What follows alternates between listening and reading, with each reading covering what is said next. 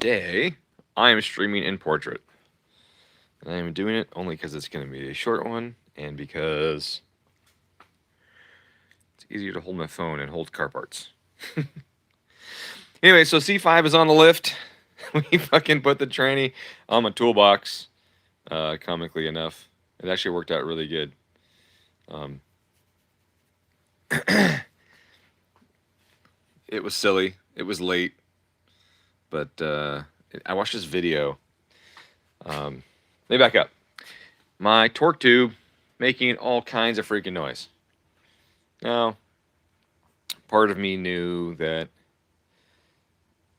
or suspected that it was the clutch being way too stiff. And that's the wrong term. It's unsprung. The hub of the clutch, it's a twin plate ACT, is unsprung.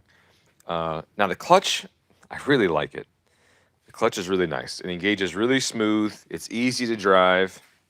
It doesn't feel like an unsprung clutch at all. Now, some of that is due to the fact that the torque tube has got these bushings in here, right? And this is the same ones that are like in a BMW and everything else. So they have springies, springy force on them. That's the most technical term that everyone knows. They're relatively high durometer bushing. Low durometer bushing. And so they move pretty easy, and that helps take away the shock of the twin plate clutch. All right, here it is. Here's the HT twin plate. It's solid. It's really, really nice. Like I said, it engaged extremely smoothly, and I know that the wife could drive it, right? I mean, she's driven way harder clutches than this, so she could definitely drive it, and I think that's a pretty good metric, for any clutch. Anyways, so it's making all this noise. Igor and I did all the bushing, bearings in it, put brand new bearings in it, replaced one of the bushings, I forget which one it was, and put new bearings in the whole thing. And get in the car, and it just rattles like nobody's freaking business. And it was concerning. It was concerning because it was so loud. It was impacting my enjoyment of being in the car. And I think that's the ultimate, that's the ultimate decider of whether something should be, changed out or not. It was affecting my enjoyment. It was so loud sitting in a stop with the clutch out, just inside the car. And it's not just the tube, it's also the gears and the transmission rattling around, banging off of each other. So I was going crazy, and I said, you know what? I gotta do something about it. I gotta figure out what the hell's going on. So started watching some videos, and I came across this video by CNS Corvette where, yeah, it's loud, man. It was fucking really loud. From CNS Corvette, where he's talking about torque tube disaster, I think is what it's called. And he goes through and he shows this torque tube, and the Guibo bushings are all fucking mangled and everything. And he tells people in the video that the person that assembled it didn't get this front bearing seated all the way in the front of the torque tube, and that because of this improper torque tube rebuild, you should have him do your rebuild and you shouldn't do it yourself. And so I was thinking, fuck, I did it myself. It's making a lot of damn noise. So I said, you know what? I'm pulling it out. I'm going to check it out, make sure I get that front bearing seated all the way, because I don't remember pressing the bearing into the front. So, holy fucking pain in the dick. Getting these things out is not fun at all, but we did it last night. Might have been harder because we've been drinking a little bit, but, who knows. Anyways, I get it out. I take the damn thing apart, only to find out that what he claims happened is fucking impossible. First off, it's not a press and bearing. It's such a loose fit. GM has an O-ring in the bore to take the slack up on the bearing. That input shaft does not center on the fucking torque tube. It centers on the pilot bearing, and then it floats on a little rubber O-ring inside the housing. So it ain't even possible that what he said happened, that they didn't get the bearing fully seated. Second, if you look at his video, when he shows the rear bushing right here, the one that's completely freaking obliterated in the video, it's missing the bushing in the center. There's a spacer, you can see You see reflection. There you go. See that? There's that spacer right there. It's missing. This hard plastic spacer pilots on this. There's a nub that sticks out of it and presses up against this and pilots on this one here. And that prevents any compressive loads on the shaft on this bushing here. In the video, this bushing was just a big S because this had been squished together this way. So this bushing wasn't even fucking there. Right? And then the forward bearing's not even a press fit. And so this guy tells you all that, oh, well, since he didn't put the torque tube together right with the front bearing press fit, that you should have him do it because you're not professional to do it. Well, you know what? He's fucking wrong. And he's got lots of other videos on there, and I haven't gone through, like, hardly any of them and stuff. But everyone's like, man, this guy's so smart. He knows everything about Corvettes. The first video I see from the guy, nope. That ain't at all what fucking happened, buddy.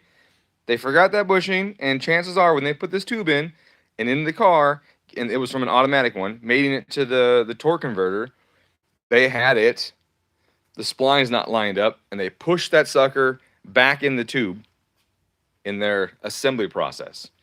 And that's clearly what fucking happened.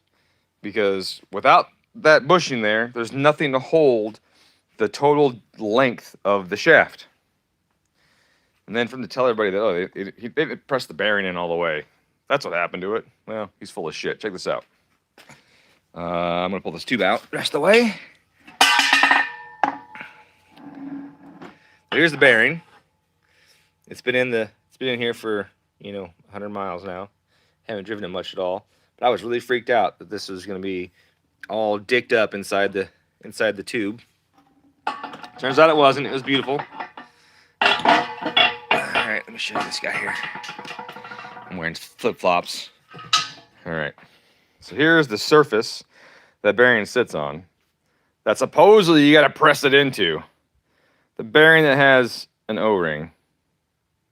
Here's a little O-ring in here. How the fuck are you supposed to press into an O-ring? Yeah, it ain't a press fit. It barely even floats in there.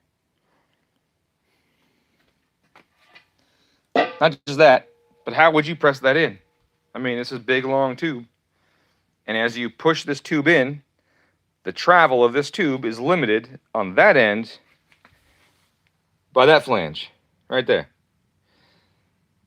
And when you push it in all the way, there's a snap ring that goes right here. So you'd have no way of pressing this guy forward into that housing other than relying on the rigidity of that center bushing that I showed you, this shaft, that center bushing in this one, and this rear piece. So, yeah, that's completely the wrong diagnostic by that guy. That's fucking way wrong. And I feel bad for fucking idiots who thought, man, maybe I didn't get that thing pressed in because I don't remember pressing it in the front. And then take my entire fucking torque tube out to find out it's perfectly fine. I mean, I guess it's my fault, right? For believing some guy on the internet. Says the guy on the internet, right? Who says, believe me. Yeah. Anyways, so I posted on his thing that his video was bullshit. I don't know if I'm going to get flack from it or not, but I think that people should know that the video is fucking false and doesn't. His diagnostic skills are lacking, apparently.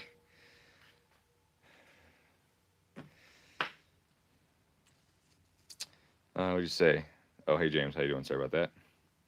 Stiff, Ashton says. Yeah, it actually wasn't, man. It actually was nice. Like I said, besides the fact that because the hub is unsprung on the clutch, like my hair, because the hub is unsprung on the clutch, it was transmitting more engine vibrations down the shaft and to the transmission. And since these Guibo bushings here are just rubber, they don't have a whole lot of damping action to them, right? They just bounce. They're just like big rubber springs. And one thing I did do that helped was I changed the timing at idle. I did two things. I realized that one, the noise is from torsional vibration. Now, torsional vibration, what is that? Well, the name kind of tells you because it's the word torsion, which implies twisting or rotating. And so, torsional vibration is a vibration that's caused by a change in crankshaft velocity. If you were to plot crankshaft velocity on an engine or crankshaft speed, you would see that it is not a straight line, especially at idle. You get this wavy symbol, right? As the piston is compressing the air-fuel mixture and it slows down. And so you see the speed drop. And then when the combustion event happens, that piston speeds back up again. So you see speed go up.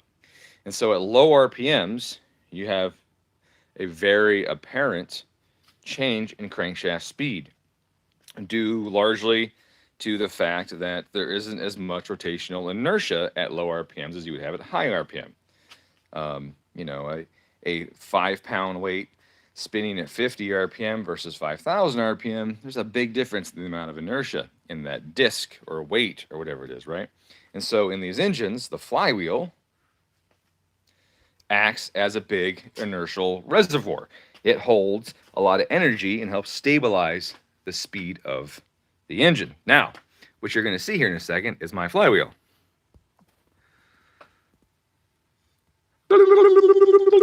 Okay. There's a lot of holes in it. Okay. And it's on the outside edge. So I have lost a lot of my rotational inertia from this flywheel. So what that means is that this engine slows down easier and speeds up easier, which means that wave amplitude enlarges. When that amplitude enlarges, that means if my amplitude is going up at the same RPM, that means that the slope of my line is much steeper.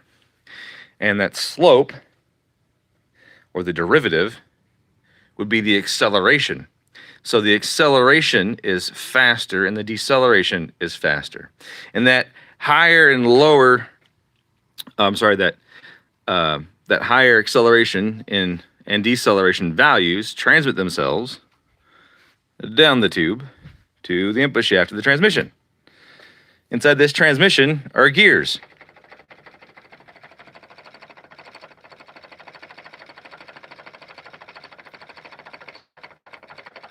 You hear that?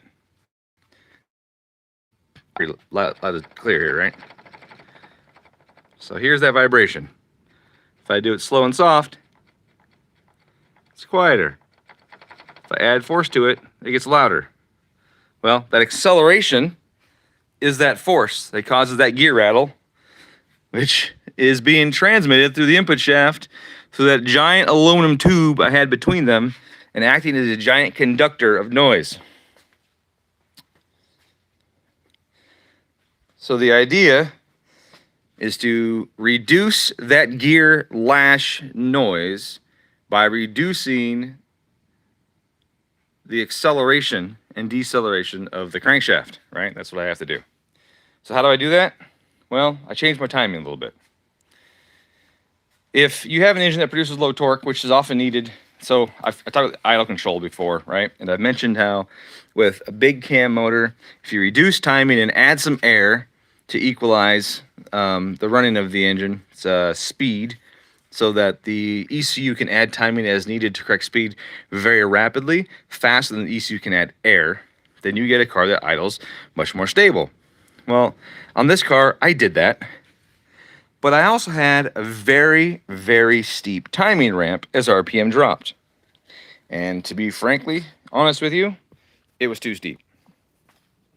It was too steep, and so the car was bouncing between a very quick addition of timing and a very quick subtraction of timing. Now, RPM was very, very stable by appearance in car, right? It didn't dip far because as soon as it went outside 25 RPM, I think it was like 12.5 RPM, it was already adding timing. And as soon as it went above my target by 25, it was already pulling timing. So the RPM was kept in a very narrow band but it was done so by very fast, large changes, right? Fast, large changes is that exact slope I was telling you about, right? That's a steep acceleration and a steep deceleration curve. So I said, you know what? I'm going to reduce that effect a little bit. So I flattened the timing a little bit in that area. I didn't have it jump 3 degrees at 25 RPM or whatever I had it at. I reduced it to half. And by reducing it to half, the noise went down. And I was like, oh, that's a lot less torque tube noise. That's a lot less gear chatter back there. That's a significant improvement. It was actually surprising how much of an improvement it made. And my idle quality didn't really suffer much. So I said, okay, cool. I have a new baseline, you know, for big cam cars or where I'm going to keep the time. Had it pretty, which turned out to be an issue with the throttle follower and the rolling idle routines conflicting each other at these weird switchover points. It was really weird. So I just deleted one of them completely, and now that was like a dream. When rolling, when driving, everything. Or sorry, the throttle cracker, not throttle follower, the throttle cracker, and the rolling idle routines were conflicting for some reason. So I got rid of one of them. I think I got rid of the cracker, and I used just the rolling idle and the throttle follower, and it freaking drives great. But I still had the really aggressive timing ramp in there because I was having those stalling issues. So I lowered them back down. Stalling issues still stayed away. Idle stability improved, and noise from the torque tube dropped. Now I only made one change to that. It's possible that I could have made more changes and got the torque tube noise to drop even more. I call it torque tube noise, but really it's gear lash. What's up, Kenneth? It's really the gear lash. You can hear it when I shook that input shaft. That noise was just being transmitted through this entire torque tube, which is a big hollow aluminum tube, right? I mean, it's a big. Here we go. Big aluminum. Now this is an upgraded one too. This is bigger than the factory one. It's more rigid than the factory one, but it's also larger around and a very good conductor of sound inside a hollow tube. It's also a very good conductor of sound. So that gear lash sound was just, it was insane. I can't even describe. It sounded like I just had thrown a bunch of rocks inside this tube and it was just rolling around inside under the car. As soon as you push the clutch in, it goes away. And then as I was accelerating, as I hit about at higher throttle settings to accelerate rapidly from a stop at about 1700 RPM, there was a massive resonance in here that would go away really fast with this resonance from the gear lash and the crankshaft and the durometer of the bushings, all hitting a resonant frequency and starting to rattle. So that, on the other hand, I can't really fix with timing because that's an RPM resonance and a torque resonance, force resonance based on the durometer of these bushings. Now, I could potentially change one out to a stiffer durometer or a softer durometer to help minimize resonance forming in that shaft, but I may also just induce 2 new resonant points. I don't know the answer to that. But the most accepted way of doing that is to have a sprung clutch, which I don't have. The factory one's got a sprung hub. Obviously, I put the factory back in because it was slipping, but and the one I have right now, for those that just joined, it's a twin plate ACT. It's unsprung, but it's twin organic. It's on a lightweight flywheel, which I wish it wasn't, but ACT doesn't have a full weight flywheel for this clutch for some reason. I don't know why. I wish they did. Or maybe they do and I just bought the wrong one. I don't know. Anyways, but it engages, like I said, like I've told everybody already earlier in the stream, it engages extremely smooth. It is really easy to drive. It's really nice. It just creates all kinds of freak. So my corrective action now is I'm going to surface the factory flywheel, and I'm putting a single plate sprung ACT clutch in the car. And here's the factory flywheel. The extra weight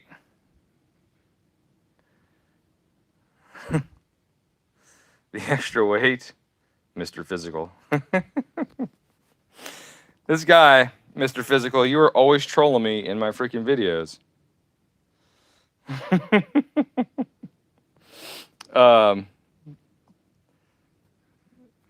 Sorry.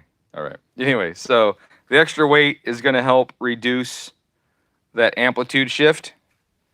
It's going to reduce the acceleration and deceleration of the crankshaft at idle, which is going to reduce the impact on these gears to each other. It's going to bring that down, which is immediately going to reduce the noise.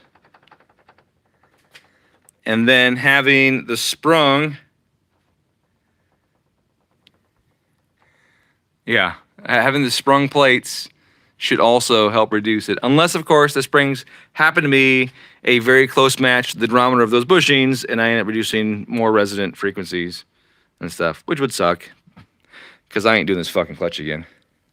I have an LS7 clutch too, right? I have a new LS7 clutch over here in a box. And I thought about putting it in, but I'm giving it to a friend of mine anyways. Yeah, I mean, I'm supposed to. That and some tires, but for the last 3 years, and he hasn't picked them up. But I thought of putting that in, but I'm worried it's not gonna be enough. I'm worried that the clutch will not hold the power that this car is making. Now, let me rephrase that a little bit. Not the power it's making at this very moment, because, it's probably around 500 of the wheels. And the LS7 clutch can handle about 500 of the wheels. But I know me, and I'm never satisfied with just 500 of the wheels. So in the future, I know that I will increase the power output of this vehicle, and I do not want to be in the position where, okay, I'll put the supercharger, these turbochargers on, and now I got to change the clutch again, right? I don't want to do that, because it sucks to change the clutch in this thing. Part of it's because it's got the fast manifold on it, and that thing is so close to the cowling that it reduces how much you can lean the engine back to make taking the transmission off easier. Ideally, I should probably take the manifold off to do the clutch in the future, but it sucks taking the manifold off this thing. So it's definitely a tendency. I have a twin plate clutch result. Yeah, Kenneth, I know the twin plate is awesome, and I do like it. And the fact that it engages so nice and is so smooth to drive was a huge surprise. I'm going to be honest with you. I was scared. I was scared that I ruined my Corvette. When I put the twin plate clutch in there, and as I was installing, I go, oh, fuck, this is unsprung? I didn't realize it was unsprung. I was worried. I was scared. And then I started putting coilovers on it, and I'm like, man, I could be ruining this car. And my friend Igor busting my balls all the time. You're ruining the car, and I'll buy it from you. And I was just like, I was worried. I was honestly scared that I was gonna get in the car and it was gonna, oh, Jesus, right? And it wasn't at all. It was amazing. It was an absolute pleasure. It was the smoothest engaging twin disc that to date I have ever used. It was wonderful. And the Fortune 500 coilovers with the Hyperco springs, handles them, rides amazing. It's great. I didn't ruin the car at all. It made it better. And so my fears were unfounded in this situation. But yeah, I really wanted the twin plate goodness in here so that I had room to grow with it. So instead, I'm going to get the single plate ACT organic sprung, which is still like 40-something% stronger than stock, 45% more torque capacity than stock. And I don't think that I'm going to break 750 foot-pounds of torque on this one. So I think it's going to be okay. As much fun as that would be, this is not the 1,000 horsepower Corvette. That will be a different one. This one is supposed to be the nice one, the fun one, but the fast one to drive, not the absolute insanity one to drive. I want to be able to run this one on pump and not have to run ethanol and all that kind of stuff. So this one has that purpose. But when the other Corvette comes along, it's going to be the 1,000 horsepower one or more. Yeah. So, hey Travis, how you doing? You're satisfied with power? No, I said I wasn't. It's all good, tuners. Try not to be honest. You're not one of them. It's all trial and error. You know, people learn from their mistakes, right? And people rarely learn from other people's mistakes. But in the event that I can pass it on and help you guys, you know, for the few of you that can watch that and be like, oh, that was a really expensive mistake, I don't want to make that one, then I am more than happy to help you guys out or help anybody out, you know, and learn from my fuck ups. That being said, since I'm always right, I almost never fuck up. So that's why I only have like 2 videos.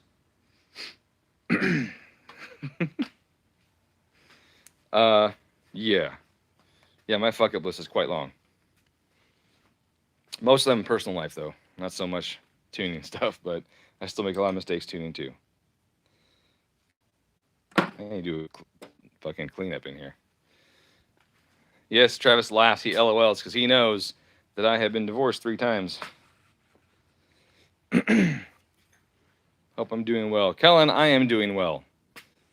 I am doing well. I appreciate the sentiment. I saw you say some stuff on Facebook and use my name as a reference, and you misquoted me and you were incorrect. So try not to do that. Try to ask me for some clarification first or something like that, so that you don't look like a jackass in front of my peers, people that I know or like, and then you say, you're wrong to my friends and say, Dominic said so. Try not to do that. I would appreciate it if you didn't. Because then I got to go, no, dudes. Got to call my friends up and apologize to them for somebody that I don't even know saying that, that I told them they were wrong. So please avoid doing that in the future. Other than that, I hope that you get a lot of educational value out of my videos. And in the future, if you are confused about something I said, please send me a video. Or an email. Please send me an email, and I'll gladly answer your questions and get that stuff taken care of for you.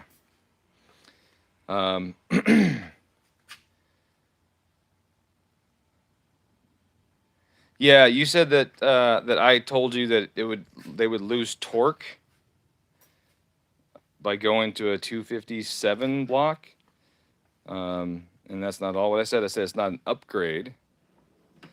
I said it's not an upgrade going 257 block because it has all the same parts and you raise the compression ratio. But I also specifically said it's not an upgrade on pump gas because you raise the compression ratio a lot and that creates more knock. On ethanol, it could potentially be an upgrade because the higher compression ratio gives you a little better expansion and gives you more torque than you would if you were on a 255 block with a lower compression ratio. So you kind of said the opposite of what I said in part of that, and all of that. So, so regardless, I'm just letting you know that's, you know, trying to make claims for me too much. That's all. Appreciate it. Yeah, I'll show you one. So right now I have here is one of the dry sump ones. I had that here for test fitment. I actually have another one on the engine over there too. I test fitted a couple of them. Make sure that I did it right. I set my head because I'm smart. So here it is on the engine out of the red car. This is an 8M Pulley belt. 8M stands for 8 millimeter. It's the distance between the teeth on these belts.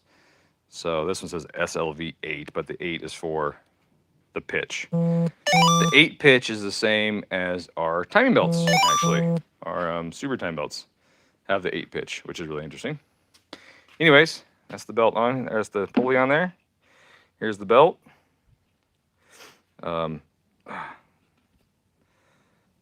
So this is not the right size. This is the size for the dailies, daily engineering kits. The only issue that I found is that it rubs right on here.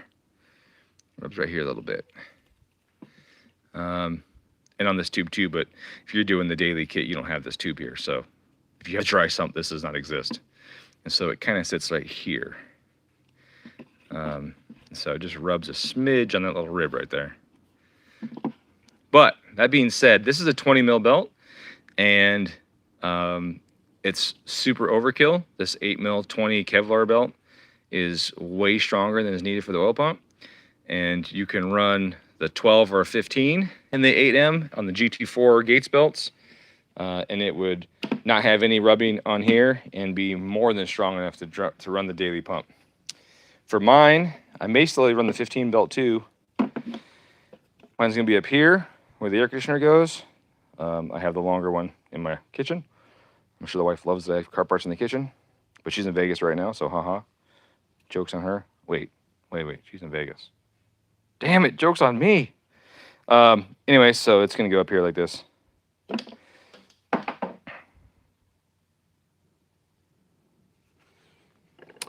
This one's a little lighter than the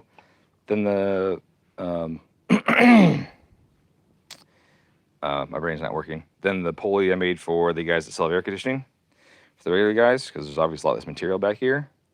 So this one's 2.5 pounds, I think. And the other one's just under 3 pounds. Factory's 5.6, I believe. 5.6 or 5.8. If you guys have watched my videos, you know that I prefer heavy pulleys, but not everyone prefers heavy pulleys. And so I'm not going to tell you how to live your life. You can do what you want. But what I did do to prove that I'm not a hypocrite is I created a bolt-on weight system and damper for the front of this. So you can bolt on a fixed weight if you don't care about the viscous damping, and it'll be cheaper. The bolt pattern will not be this pattern. It will be this pattern, same size as that, with a counter bore, about the same diameter as that actually. And it'll center on here and in the counter bores, the 4 counter bores. So the part will stick on this way.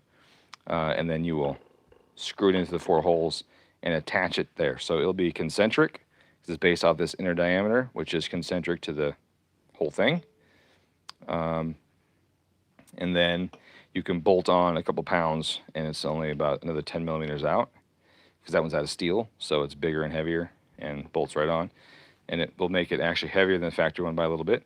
And then the damper is, oh shoot, what was it? 10 or 15 millimeters? I forgot what I made it. 13 millimeters. And it's a ring in a viscous fluid, but the ring is also pressed onto a bearing, and the bearing is centered on the hub that's bolted onto that. And what you have is similar to a fluid damper in that you have a ring and fluid. But my ring isn't just in shear along the edges like theirs is. Mine's mounted on a bearing to maintain center really good. Also to increase the amount of rotational inertia in it and friction with the silicone fluid in there. But my ring is also cut in a way that provides more friction in one direction than the other. And so because of that, I call it the 1.5 way viscous damper. To have a shoot time for the crank pulley. For the most recent one, for the regular guys, they were supposed to be done this week, but they're not. They're coming off of the machine. I think they got a handful of them done right now. And then they're supposed to come off the machines Monday or Tuesday. Yeah, the light enough pulley, yeah. And, oops, if I turn the light off, go back. And then I have to get them coated. So, sorry, anodized. So I believe best case is the end of the week. Worst case is the beginning of the following week. Just depends on how long the anodized guys take to get them anodized, what their workload is. They're usually pretty quick. They usually get my stuff in and out the same week. Sometimes as little as 3 days or so. But I don't know for sure. And I won't know until I take them 50 pulleys and say, please anodize. Yeah, all 50 of those are for the AC equipped systems. So those are all, they're all factory replacements. That's what they are. Ah! Sorry. Yeah, they're all factory replacements. Some guys, you know, right? Oh, they're totally brass. Yeah, absolutely. They're 6061 brass. And I anodized them aluminum. Wait. Yeah. So not everyone knows my aircraft history. I've always been a nerd when it comes. I'm washing my hands. I agree, son. I've always been an airplane nerd. I don't know as much about them as I would like, as far as models and makes and manufacturers and specs and all that kind of stuff. But I love flying. I'm a pretty good stick, as they say, um, and I love being a pilot when I can do it. And then I used to put Subarus in aircraft, which does not seem like a really good idea looking back on it. Oh, my cat heard the phone and freaked out. Yeah, looking back on it, putting aircraft engines in or super engine in aircrafts does not seem like a really good idea, knowing how reliable they are, right? But we did a really good job when we were doing it. We addressed all the major issues that we could, and did a lot of really cool stuff. So I flew we had an airplane. We had our own airplane. Um, I flew our plane from Western Washington all the way to Oshkosh, Wisconsin, for the Oshkosh Air Show, and back. And I flew it down to the Copper State one, which is down in the Phoenix area, and back. I flew all over the country. Yeah, but these were EJs, not EA81s. But yeah, they were. It was good. It was a good time. Um, I've had some failures in the air when we were testing new things, trying to figure out ways of making more power or increasing fuel economy or whatever. When I first went to a forged piston, um, it was before JE even had the 925 casting. What do they call it? The one that's used now, casting forging. We didn't have the 925 SD forging then. It was just the normal open barrel piston. And when you run an aluminum piston with an EGT of like 1550 to 1600 for 8 hours continuously, you would anneal the aluminum. And then when you take the power and you pull it off, that piston cools extremely rapidly. And when you take a really hot aluminum piston that has been annealed and is well beyond its annealing temperature, and then you shock cool it, which does exist. I know a lot of airplane guys think the shock cooling doesn't exist. It exists, let me tell you. I tell you what. And it breaks the piston in half. I had 2 pistons break in half at the wrist pin line, just snap right there while I was flying the plane. And both times it was actually when I pulled power out to come in for a landing. So I was on base or final, depending on which failure we're talking about, when the piston broke in half. Which does not give me PTSD flashbacks at all. Actually, it wasn't that bad. It broke, and the sudden loss in power became apparent, but the engine kept running. Just now, I had a 600 and something cc oil pump, taking the oil out of my oil pan and discharging out my exhaust manifold, and then depositing it firmly onto the paint under the plane. So it looked kind of like an orca whale, but reversed. It was white on top and black on bottom, which is fitting because we were in Western Washington and orcas are a big deal out there. Yeah, so both times the piston snapped in half, and both times it was cylinder 4. Yeah, I mean there's 3 other ones. Cody says no redundancy in place for broken piston. Well, I mean there's 3 more of them. Yeah, it needed less blasting, that's for sure. But yeah, in both cases, it was cylinder 4 also. And now this was aftermarket ECU. The engine was spun. It was actually running, well, the engine was running the correct direction, but it was flying flywheel first through the air. It had a giant aftermarket cooling system on it. It had an oil cooler on it.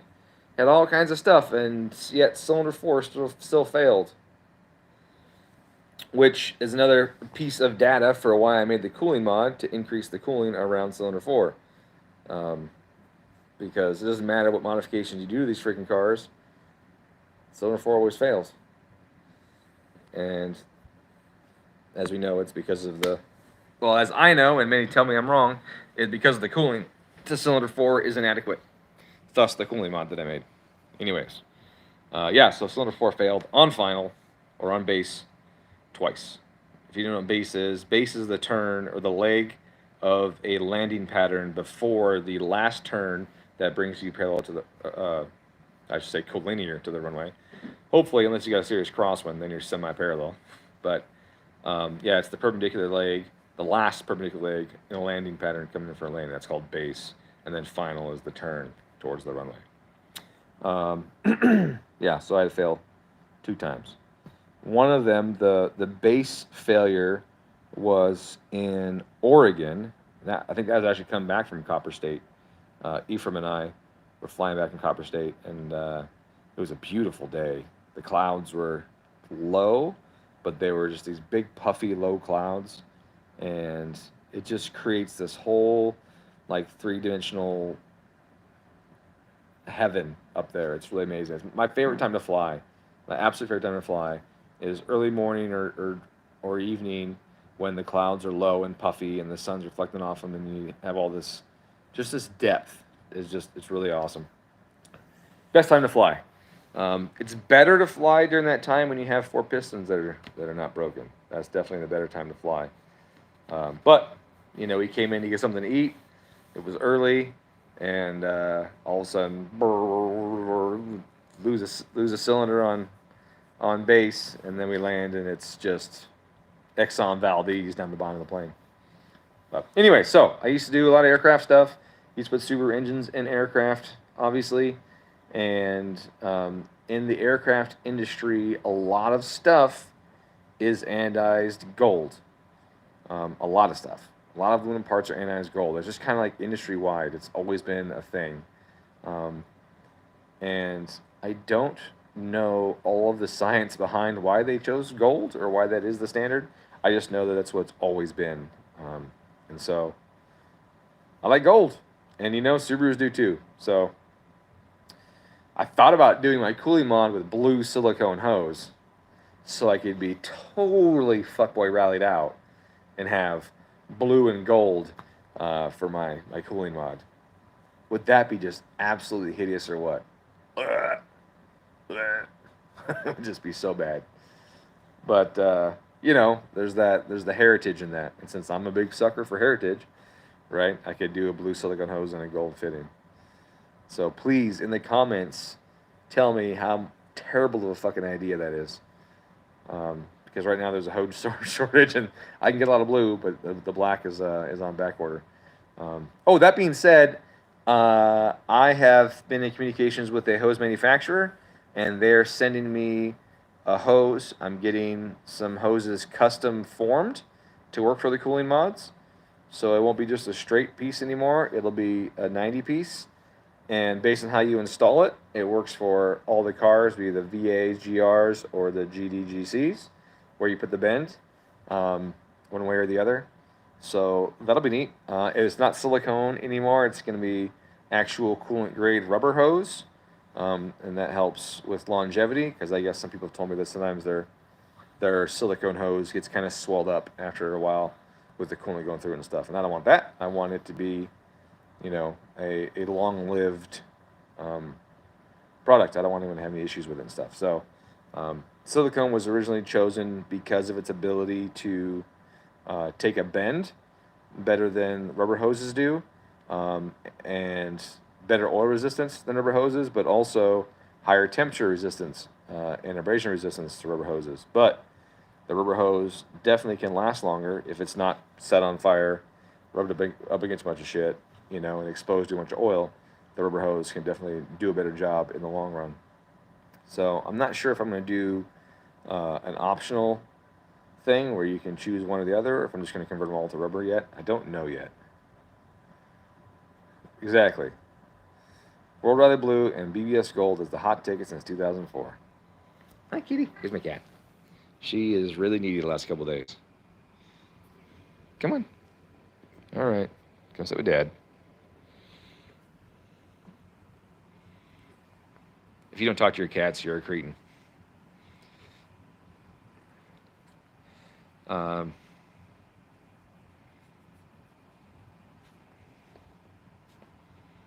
I'm trying to decide if I'm going to do any of the pulleys in just silver or if I should do them all gold.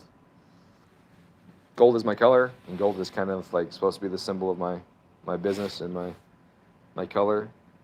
So I think silver would take away from that. But I know that not everybody likes gold.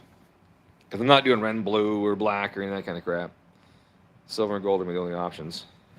If I even do silver as an option. But silver, or clear anodized aluminum, I should say, wears out pretty good. It can get, it starts to show signs of corrosion quicker and that kind of stuff. And I don't want people to have corroded parts or anything either. So, anyways, I don't know what else to tell you guys. If you guys have any questions for me before I end this stream, it's just 45 minutes of me rambling. Any questions I missed? I talked about the crank pulley. Said hi to Kellen. Said hi to James. Said hi to Travis. And Kenneth. And I didn't say hi to Larry. I don't know who Larry is. Who are you, Larry? Send me an email. Tell me about yourself. Say hi to Connor. Ashton. I know all you guys. I'm almost all you guys. Why are you so opposed to water and meth if it's done direct to TGV ports?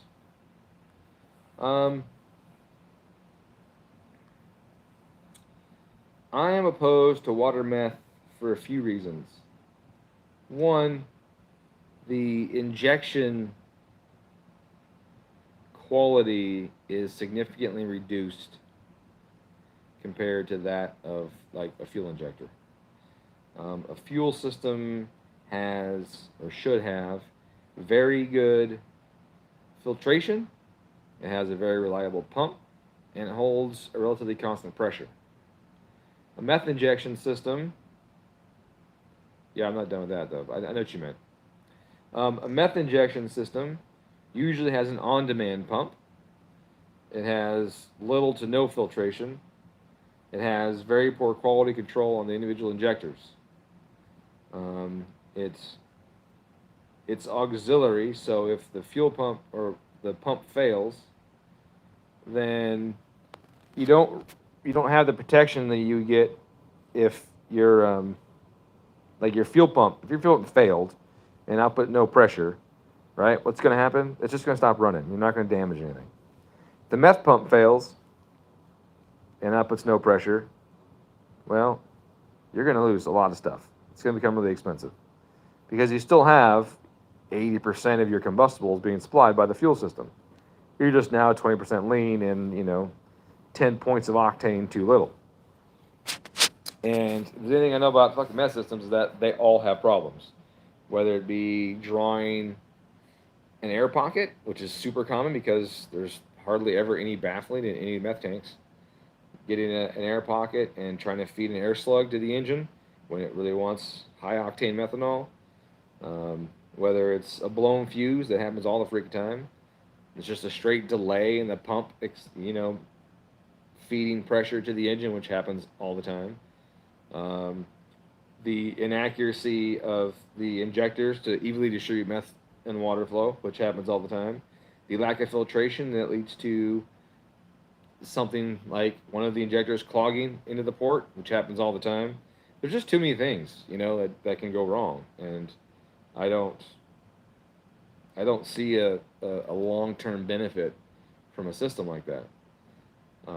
I would rather see a supplemental fuel injection system on it, be it an actual fuel tank or a fuel cell with a fuel pump and another rail that's continuously flowing high octane ethanol through it or methanol through it into an actual motorsport or OEM grade fuel injector that's controlled precisely and that kind of stuff. So there's no delay in pressure. There's no delay in delivery.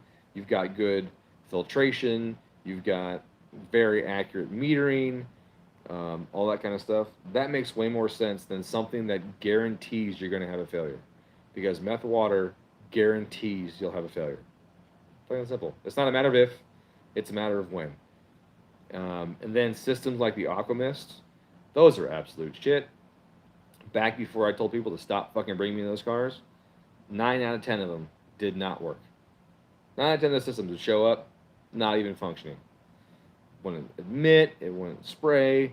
The fail safe was too intrusive and it wouldn't even let the system activate because it was sensing no pressure at the instantaneous, onset of a request for flow. All kinds of things. It's just absolute shit. There's so many connections, so many lines, so many wires. Like 9 out of 10 didn't even fucking work. And if they worked upon arrival, they stopped working by the end of the tune. Um, the most reliable of all the ones I dealt with in the Alchemist line was the parent setup that was like almost all inclusive on that one tray. That was a little more accurate or a little more reliable than the rest of them that were, delivered to the customer piecemeal and shit. And that was just absolute trash. And then what I have found was that the best water meth system was the simplest one. The one that had the least amount of wires, the one that had the least amount of fittings and connections. And honestly, out of all the systems I've owned, from AM to Aquamist, SMC, Frozen, not Frozen Boost, Snow Performance, the Snow Performance knockoff one, and all of those. The most reliable one was just a plain old SMC, you know, 4 wires of the system, power, ground, signal, and pump, right? The second most reliable one was the AEM system because it was also basic and simple and didn't have all kinds of other crap, going into it. Then would be the Snow. The Snow was pretty reliable, but I found that its injection was slow. It was often kind of delayed. And then they tried to make this fail-safe thing work that was not very good. And then lastly, the least reliable, most overrated, overpriced, underperforming system was anything by Aquamist or Hydromist. It was absolute shit. Um, yeah, it's just really bad. So, what was I going to say about that? There's something important that came to my mind while I was talking about that.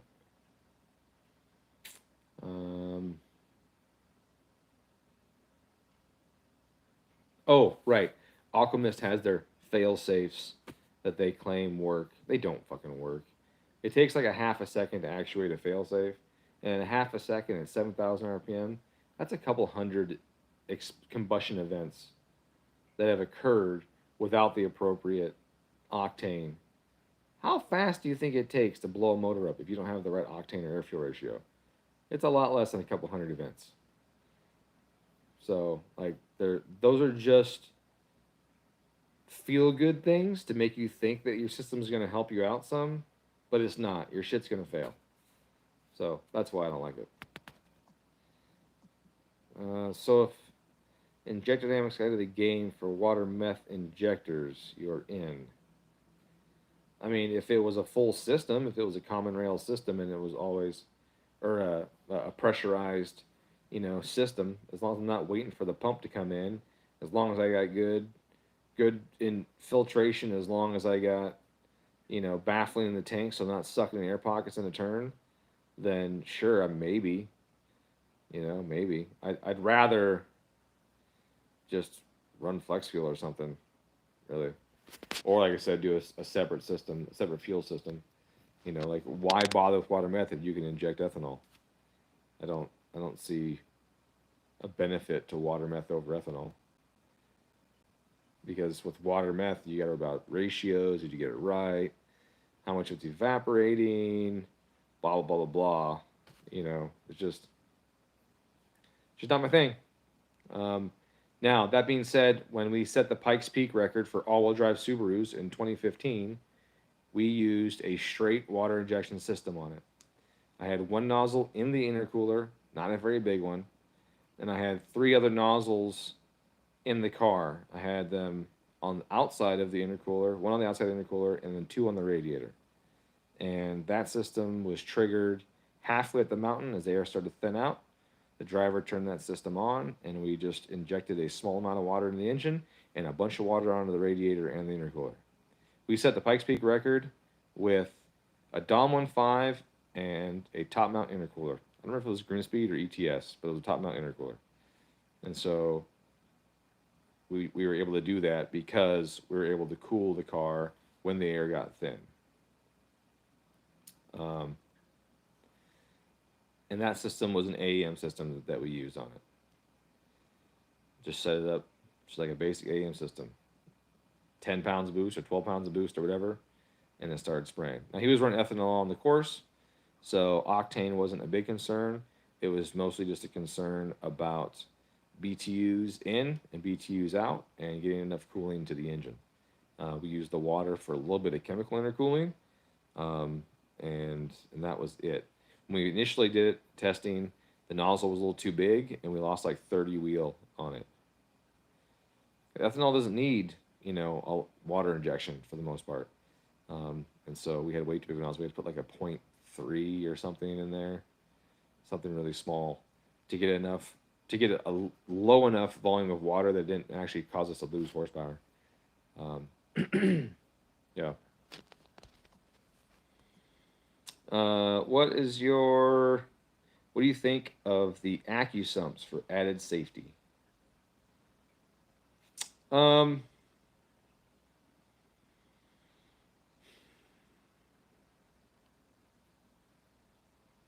not opposed to those.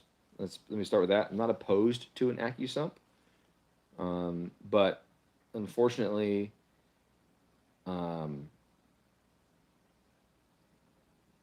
because of the way they work and the way the oil pressure on an engine is so variable, if you don't use it correctly, you can have some issues. One of them is, let's say I have a 3-quart AccuSump on there, and it's set for, say, 65 psi. Well, at idle and pretty much anything under 2 grand, I'm less than 65 psi. So this is going to start discharging down until the tank pressure equals oil cylinder pressure, which is going to be like 1.5 quarts or so, maybe even 2 quarts. And now I've got all that extra oil in the pan, potentially getting banged around by the pistons, windage losses, all kinds of things that can happen with that. And I don't like that.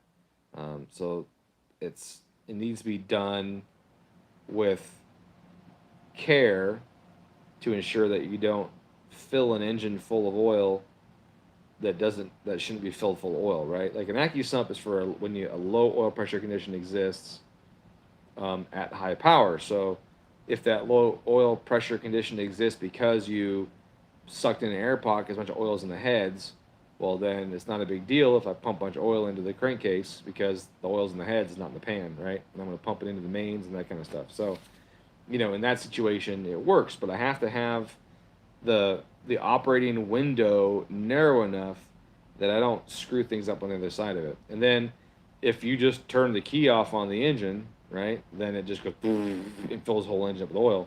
Then you go start it and you got 3/4 too much oil in it. And then in that period of time, as you're pressurizing the AccuSump, you're not getting full oil pressure to the engine. So that's not good. So you gotta have a valve on it. And that valve should shut when the pressure is high. You need to get the pressure high enough again to shut the valve to get most oil back in the sump again, which means you need to properly use the system either with a pressure switch combined with an RPM switch, or something like that to get it to operate correctly. It just becomes like a control scheme that's overly complex for something like, hey, I'm just going to squirt some extra oil in if my pressure starts to dip a little bit. So it just becomes a system that adds a level of complexity that I think is unnecessary, and all of that. Oh, that reminds me. I have come up with a new product, and I am just now in the design phase of it. It's pretty neat, I think. It stems from my dry sump head gaskets. I have head gaskets that have the oil ports blocked off on the return side. to fill the head with oil to whatever amount you want. Like wherever your scavenge suction goes on the valve cover, for example, you dictate how much oil level you want in the head. The idea is, if you're a racing track car, you want to have the heat from the valve springs to be taken away. A lot of people don't realize that valve spring heat is a significant issue, and it softens springs and reduces the life of the spring and means it could potentially fail during use or something like that. So a lot of racers flood their head with oil to pull heat out of the valve springs, and I'm totally cool with that.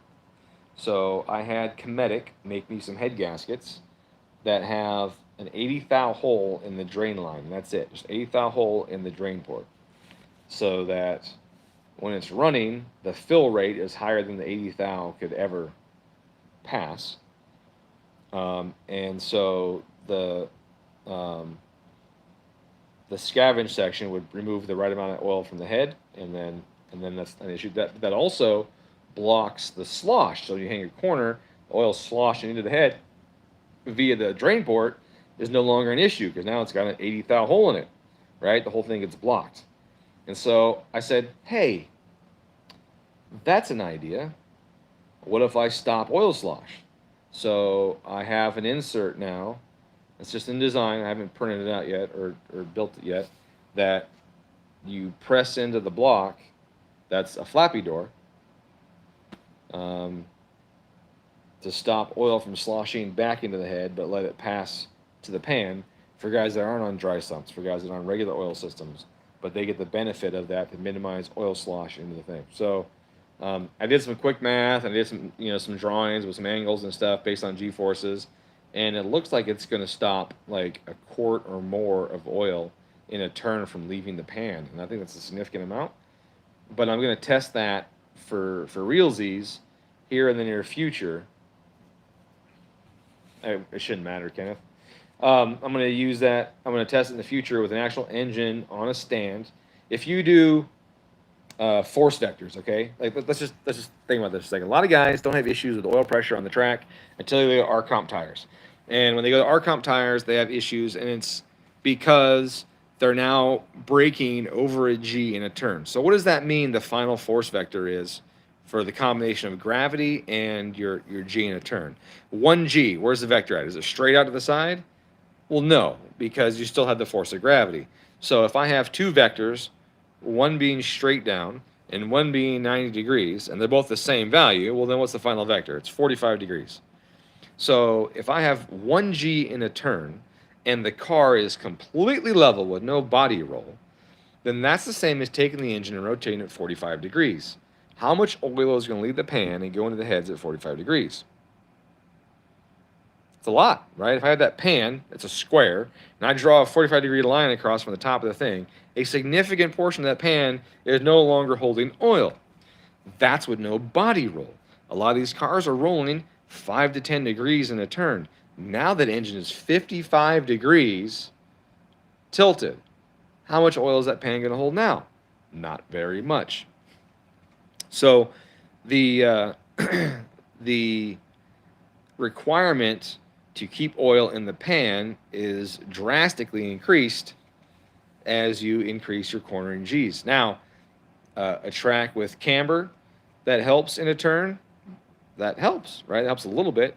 But if it's got camber, now you can pull 0.3 Gs versus 1G. So really, the net gain is 0, and you're still in the same boat where you're taking a bunch of oil and putting it in the head and taking it out of the pan. So I'm going to demonstrate that with an actual visual so you can see it with an oil pan, and I'm going to twist it at varying degrees and dump the oil out of it and see how much is retained in the pan. And I think that will provide a good graphic representation or visualization for people to understand just how much oil leaves the suction area. And then you add that to the fact that you're at, say, 7,000, 8,000 RPM, and you take the rate at which the oil pump removes oil from the pan, and it's fast. So it takes no time to empty that oil pan and suck in a whole bunch of air, which is where the AccuSump comes in, right? Or what's the other option? Stop the oil from leaving the pan. Keep the oil at the pickup. Dry sumps, number one, right? Dry sumps is a big reason. Most dry sumps are tall and vertical. Tall and vertical, so slosh doesn't affect the level as much. So that's a given. So dry sump is an obvious option. But for someone who doesn't have a dry sump and it's in their normal car, well, they're not usually pulling over a G in the turns and not usually, evacuating their oil pan. But some guys are hobbyists and do throw our comps on for a track day and then spin all their bearings, right? So need to find a solution that can help people that have their daily driver that they track occasionally. And so I think my flappy doors is going to be the one. I think it's going to be the one that'll work for that. Unfortunately, it requires machine work to either the head or the block. And I'm trying to figure out which way I want to do it. That's been my greatest dilemma in this whole thing is what side do I stick it in? Now, technically, I can build it so that you can choose either side.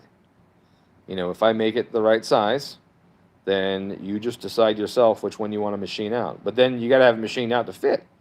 So, which means people are going to need to send me their heads or their blocks to have me do it, or have a competent machinist with a CNC get in there and cut it out. So that part is difficult, and that's the part I've been trying to figure out. I thought about potentially having it as part of a head gasket, but keeping something retained in the steel of the head gasket that's only 40 thou thick is not likely going to work.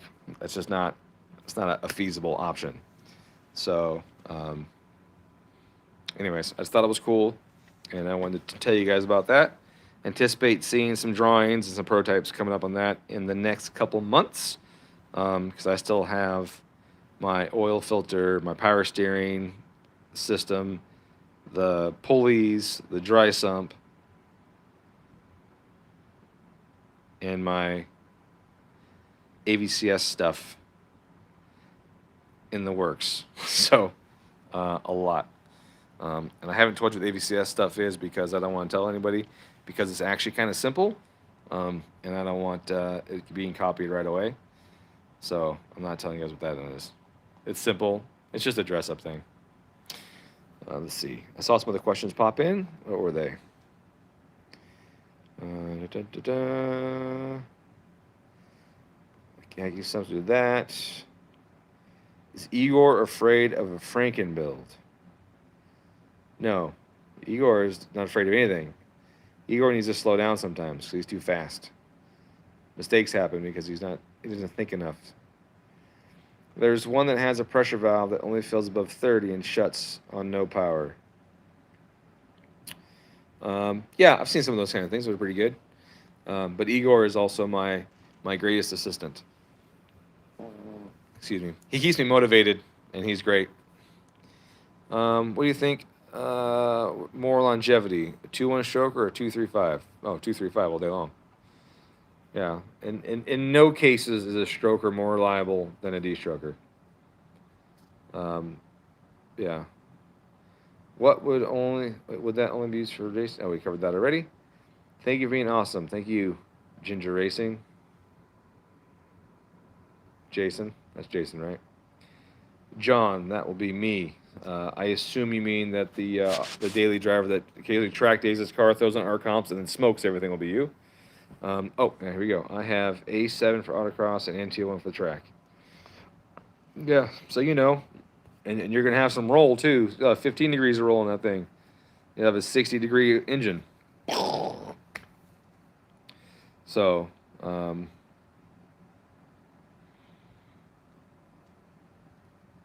yeah.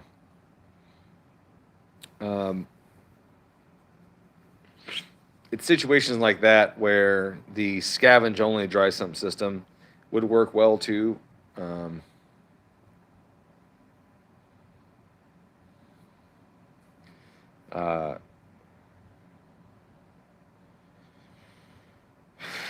I got distracted by what I was reading.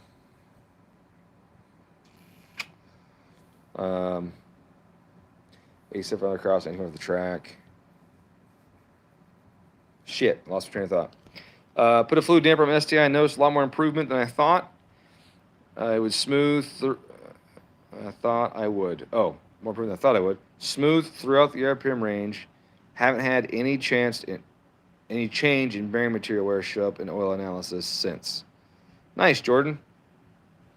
Commas and periods would help. Yeah, so he's saying he put a fluid damper on his car. He noticed that it's smoother. And since he did that, his oil analysis shows that his bearings have not been degrading, where I assume you mean before they were showing up? Is that what you mean? If so, it's a little surprising, but not a lot surprising. I don't know what you had on there before. Did you have a lightweight pairing on there or something before? Or were you on stock? Or what was your previous pulley? Oh.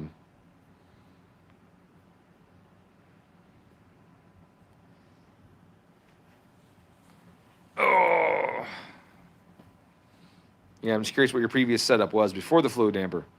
If it's just a stock pulley, that would surprise me a little bit, but I mean, maybe your stock one's starting to let it go or something. Obviously, the stock one doesn't have a whole lot of damping to it. It's just got a rubber ring around the accessory ring, and that rubber ring is supposedly only there for the accessories. It's only there to dampen the forces on the accessories, and not for the engine. But then the 2.5s, they added a big old huge rubber section inside the middle of them that is only on the crankshaft part. And so I guess I'm comparing the 2 liter to 2.5. So the 2 liter came, the middle of it was open. You saw the steel frame of the pulley, then there's a rubber ring, and then there's the belt drive. But then the 2.5 came out, and it had that whole center section filled with gooey stuff. Now, in the mechanism and function of the Subaru manual, they describe the rubber ring being there for the accessories to minimize accessory noise and damage to the accessories. So that was interesting. Am I covering the mic on this thing? I don't even know where the mic is. Anyways, but then when they added the big thick rubber section in the middle, there was no update to mechanism function saying what the purpose of that big rubber section in the middle was. So I can only assume that was for some damping effect, because rubber on the inside is not going to help the accessories any, so it's got to be for the crankshaft, I would think. And so I just wonder what you had before, and then how much the fluid damper helped above that. I think it would be pretty significant, but obviously I don't know for sure without evidence.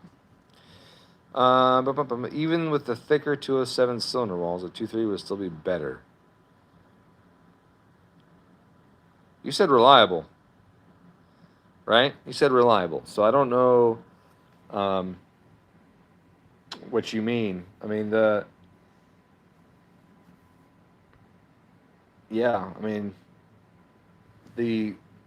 shorter crank is less likely to take your main bearings and shit them out the side of the engine and cause you to spin a rod bearing. Because that's something a lot of people don't realize, is that the problem with the EJs is not the rod bearings. Rod bearings are fine. The crankshaft, the rod bearings are perfectly, well, factory ones are a little weird because they're really hard. But when you build an engine, you get a built engine, and your bearing clearance is set at, say, 2 thou or something like that. If you spin a bearing, it's not because of your rod bearings. If you spin a rod bearing, it's not the rod bearing's fault. It's the main bearing's fault. People don't realize, I had this conversation with the guy this morning. The mains in the Subaru open up dramatically with power. They open up with temperature, and they open up with power. And when they open up, the oil does not go to the rod bearings anymore. It squirts up the side of the mains, it goes into the crank kicks, okay? So the problem isn't that there's something wrong with the rods. The problem is the mains. So how do you minimize the problems with the mains? How do you minimize the forces that create the issues with the mains? Well, lots of torque from lots of cylinder pressure in the mid-range puts a lot of separated force on that crankcase. It puts a lot of force right on that mains, that the main journal in the crankshaft is jamming itself into the main bearing of the block. and is trying to separate the case halves in the center. So if you have a shorter crank, less torque reduction, less cylinder, and a slightly more turbo lag, then the overall separative force goes down some, and then you increase the, or you decrease the chance of failure, by your mains opening up. The other one is the throw. The throw of the crank is actually hard on rod bearings. The longer the throw, the more force is on that bearing from just the weight of the rod alone.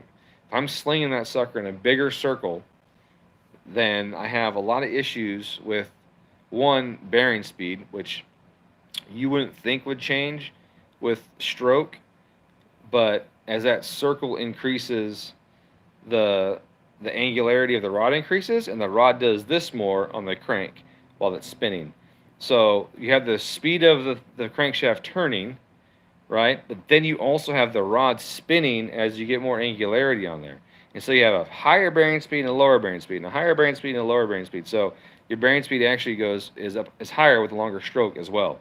So I have this longer stroke with more main separation. I have more weight on the rod bearing due to centrifugal forces, spinning around really fast. And then I have a higher bearing speed because the rod's rocking back and forth at higher angularities and messing up the rods too. And so um, uh, by shortening the stroke, you reduce all of those forces.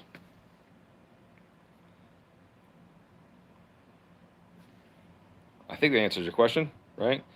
I mean, the question wasn't about what's going to cause cylinder wall failure. Cylinder wall failure is a matter of just too much damn timing anyway. So don't put too much timing on it. Don't knock it to death, and don't force it to blow out around an oil case, a crankcase bolt.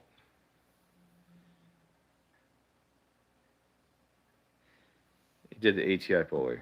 Yeah, I have fluid damper on my car, but I put ATIs on them as well. King bearings, they keep the case half together better.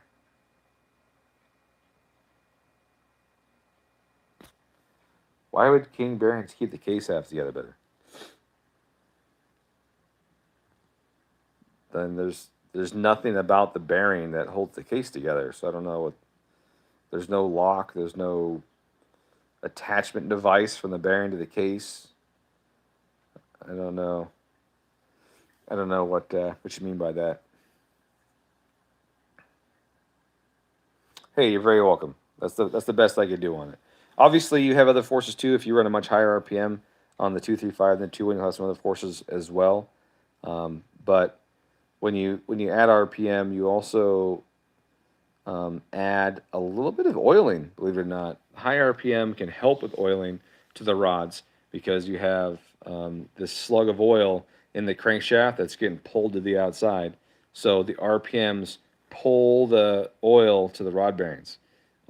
So the higher RPM on the short stroke is better because you still have force pulling the oil to the rod bearings, but then you have lower forces on the rod bearings and lower bearing speed. So hope that helps a little bit too. That's how my micro bully is. Always got to sit on dad's foot. Oh, I assume you mean your cat. Well, that was delayed. Where is she anyways? I don't know where she's at.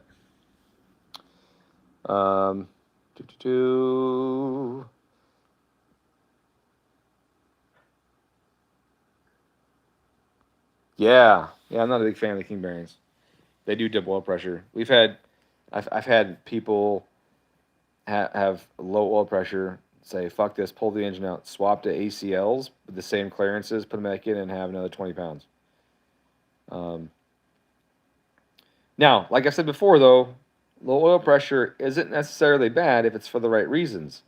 But swapping main bearings and then losing oil pressure or gaining oil pressure seems like the wrong reason to me. Like, if my mains give me low oil pressure, then that seems like too much is getting out before the rods, because my rod clearance didn't change. So the amount of oil that gets to my rods should not have changed with the main bearing clearance, or the main bearing change with at the same clearance. You know what I'm trying to say, right? So I have this flow path, and in this tube, I drill some holes in it.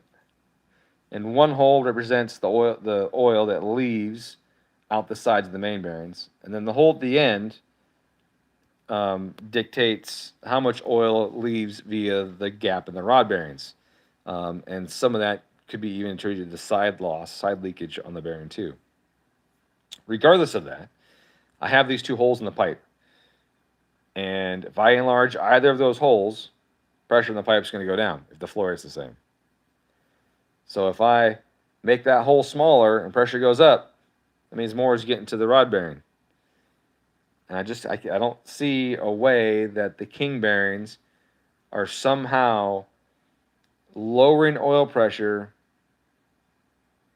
by not having a larger hole, a larger leakage rate. So it doesn't make sense to me. Plus, they've had a fucking rash of bearings that they've made incorrectly. And they've revised the main bearing on the EJ like 3 or 4 times in the last 7 years because they have been bad designs. The initial one had way too many thrust bearing feed ports, and it was just dumping oil out the thrust bearing feed port and killing engines left and right because they couldn't keep oil pressure in the main. So they keep going through changes, and they keep trying to attack a problem that they created. So yeah, I'm not really digging them. I'll answer yours in a second, Jason. What kind of oil pressure would be happy with at 8,000 RPM? Well, like I said before, it depends, right? It depends on why the oil pressure is what it is. I'm totally fine if I have 30 pounds of oil pressure, 8,000 RPM, if that 30 pounds is because all of it is going through the rod bearings. That's okay. I'm pulling out a ton of heat, and with the oil pressure, a lot of flow through it, or just the right amount of flow. But if I have 20 pounds that's all going out the mains and not making it to the rods, then that's not good, right? And so, a lot of professional race cars run 20-ish pounds of pressure through the entire RPM range. But their systems are done so precisely, they know exactly how much oil is going from one place to the other, and they know that's adequate amount. And the lower the pressure, the less the losses. The less the losses, the more horsepower you make. So there's nothing wrong with necessarily having low oil pressure if, like I said before, it's low for the right reasons. If it's low because you have high flow through all the bearings and the system's pulling a lot of heat out and everything, then that's a fine reason to have low pressure. But if it's low because it's dumping out of just one spot and not making the other stuff, then it's bad. So I can't answer that question because, it depends on, there's too many variables. Firelock. Firelock is interesting. It seems very strong. I have only ever built 2 engines with it. One of them, and I didn't even build it. Tier 1 built it, right? Nick built it. One of them is Igor's car. He's got it. The other one's Libby's car. It's going to have it when it runs. And so past that, all I have is just, what I've seen online. So it's hard for me to have a hard input on it or a judgment, about it. But so far, what I have seen leads me to 2 conclusions. One, it's capable of holding a lot of cylinder pressure and allowing cars to go faster than they've gone before. 2, they don't last very long. Those are 2 things that I've seen so far. But again, not my own visually seen, like it dealt with. It's not my own experience. That's just like internet surfing and looking at people's cars and what's going on. So I don't have a hard, steadfast opinion on them yet because I don't have enough experience with them yet, and I honestly haven't spent a lot of time looking at the science of how they did it. I haven't spent any time at all, really. So I can't really tell you about that until I have more experience with it.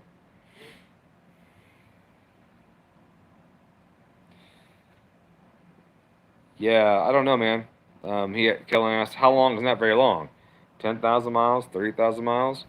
Yeah, I don't know. I mean, because it depends on use, right? Like if the dude's drag racing only on weekends and makes it 10,000 miles, well, fuck, man, 10,000 miles is a long time for an engine to be drag raced every weekend. 10,000 miles is a long time, or track race every weekend.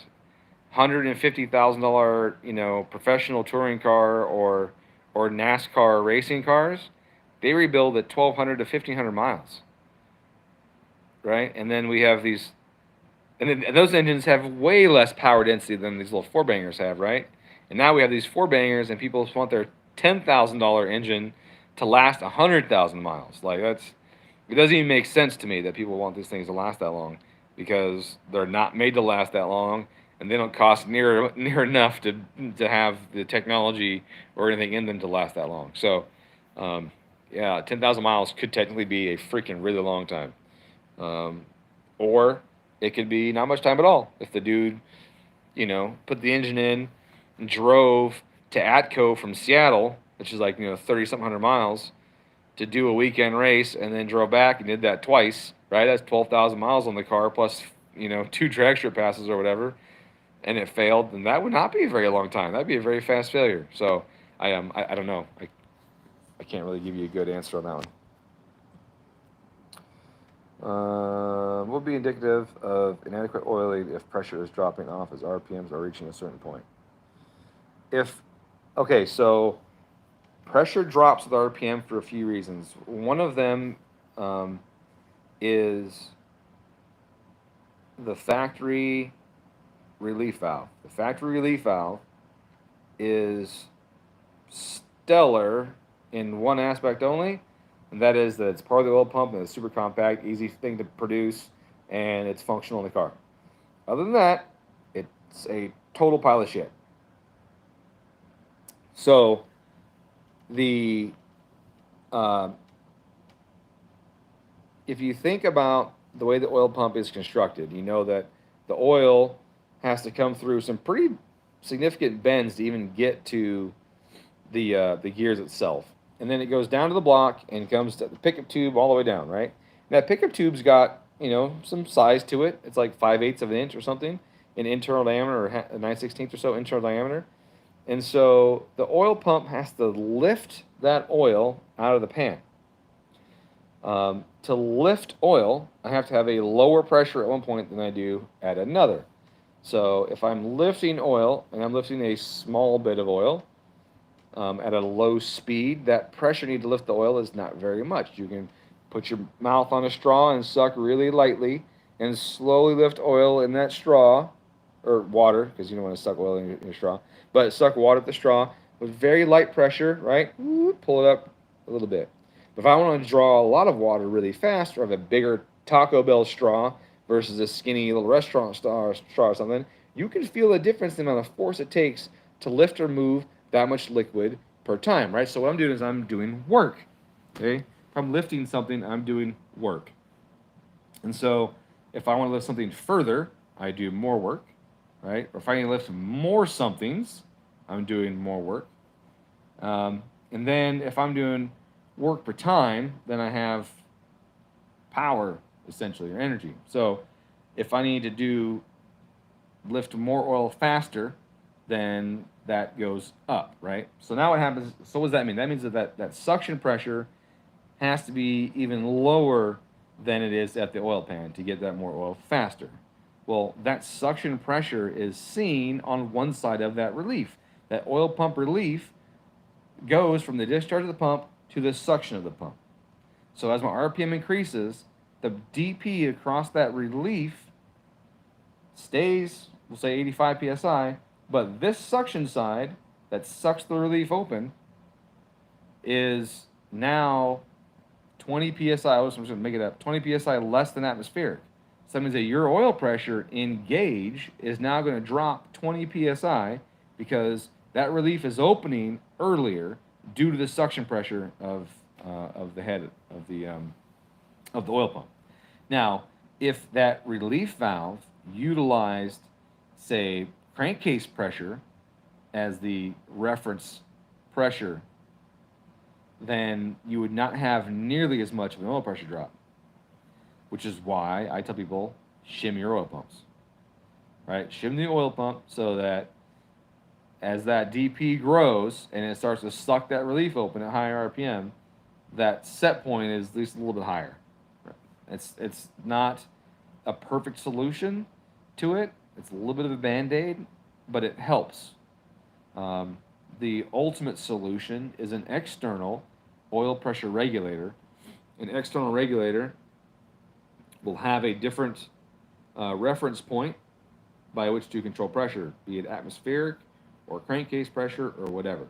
So then you'd have to worry about the suction or the pulling the relief off its seat and forcing oil to recirculate inside the pump. So that's one of the big ones right there. That's one of the biggest sources of oil pressure drops. Then of course there's just all the other crap associated with it. I'm drawing more oil faster. I have more restriction. I have the potential for cavitation. The factory oil pump's got some pretty harsh turns in it that can increase cavitation. And then since that relief is internal to it, it increases shear and aeration. And if I have a lot of aeration of the oil and I have a high suction pressure, the air that's in the oil, if it's dissolved in the solution, will come out of solution in the form of an air pocket. You know, draw an air pocket on it.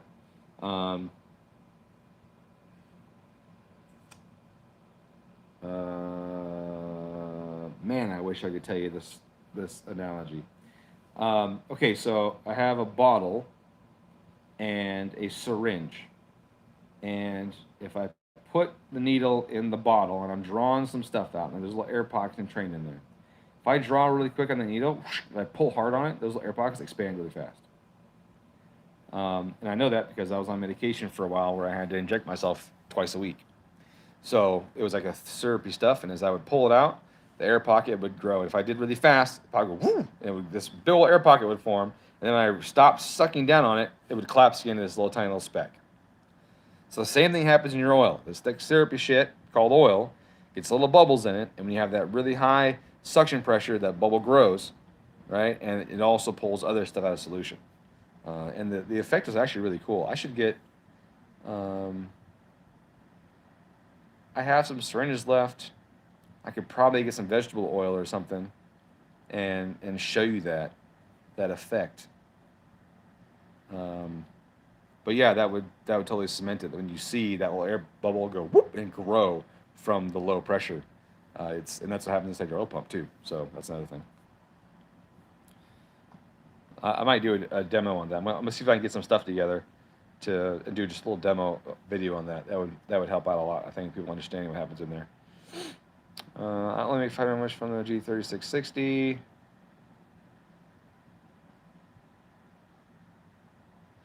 Oh yeah, I noticed that your lower plenum looked like it was a draft on SolidWorks and then 3D cut. And I looked at it and I was like, oh man, I wish I was there to help with that because I could have made it better for you with the way the angles are and the hard lines. You can do some tricks in SolidWorks or whatever program you're using to draft it so it has less of those hard lines and more tangential flow paths to the mating surfaces and stuff. Yeah, I saw. I was like, oh man, that's sweet that you did it, but like, it could be better. You could draft that differently, add more curvature combs to it, and have it smoothed out the whole thing. Would been pretty cool. But I look forward to seeing your results of it. It looks like a good sized core. I don't know what brand of core you use, John, but it looks like a really good sized core. When I get mine made. Oh, okay, the bell. Yeah, I was looking at some bell cores too. It's hard to get a bell core in the size that I wanted. So I'll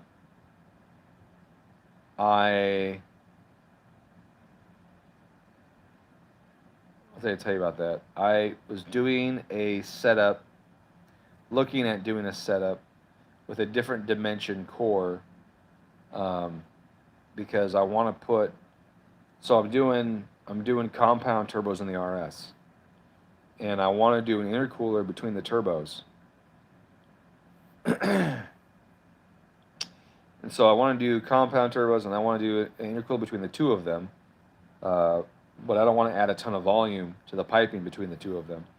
So I'm making an air water to go between them.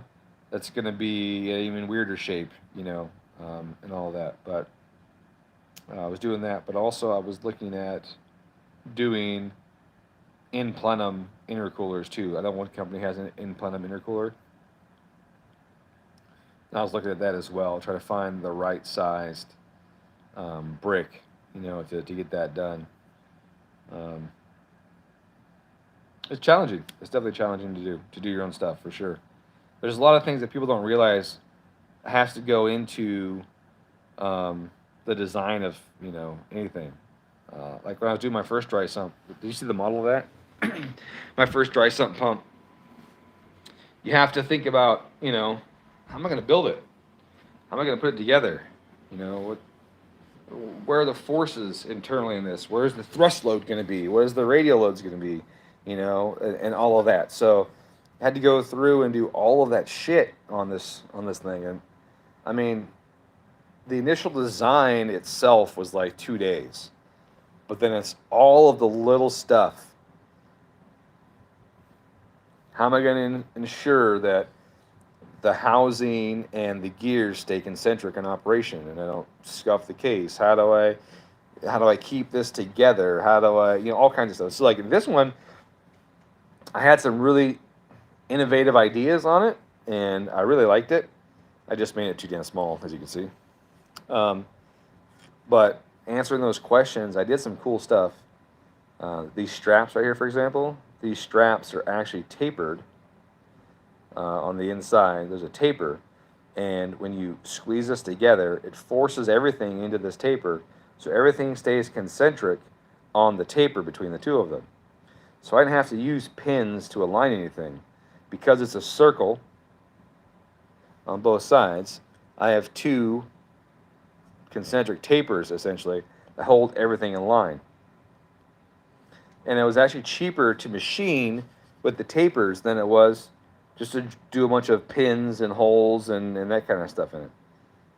And it makes everything fit together really nicely, just snaps in together, which is really sweet.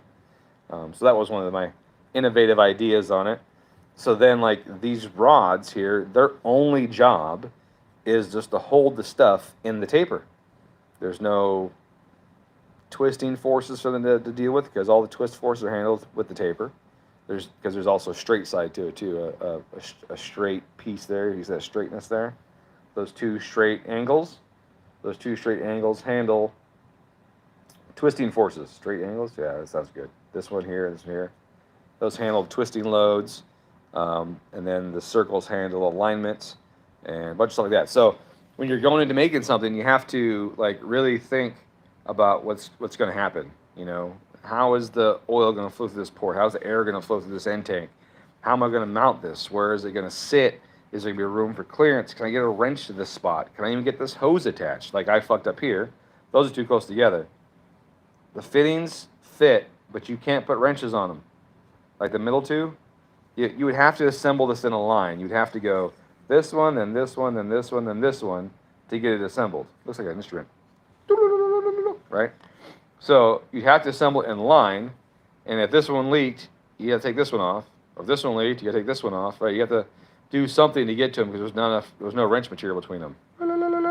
So I should drill holes in this and make a flute out of it.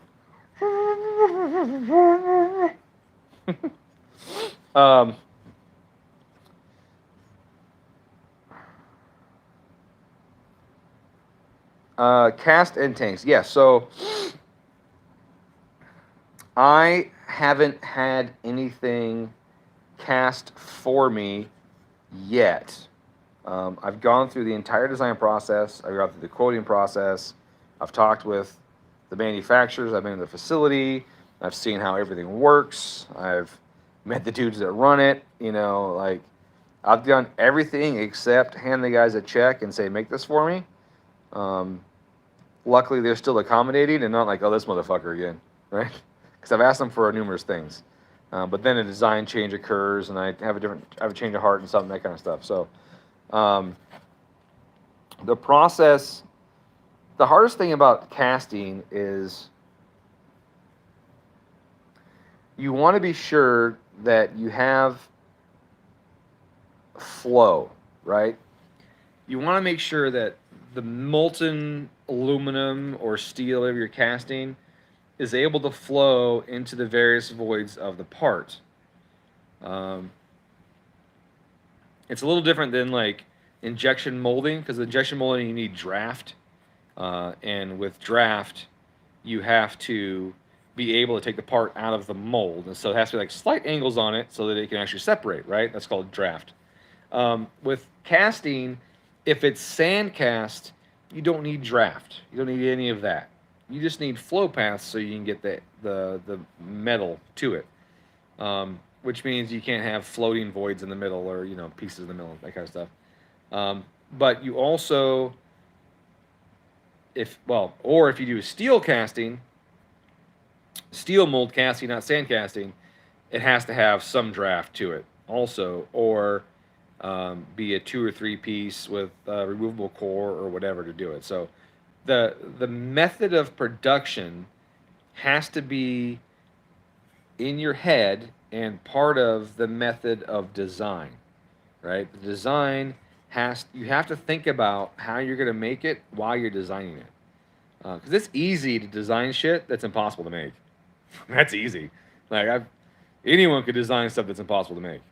That's absolutely the hard part is designing something that you can make, and the hardest part is designing something that you can make easily and inexpensive. That's the really hard part, and that's where experience comes in for sure, because you got to know, well, okay, so I'm going to mill this section here, and then you got to know that, well, if I make it this small, then I have to use this size tool. This size tool can't go as fast as this material, so I'm going to lose a lot of time in machine time of it cutting this part of the arc, because I have this really tiny, small little fillet or something, or a little groove, and it's going to be like,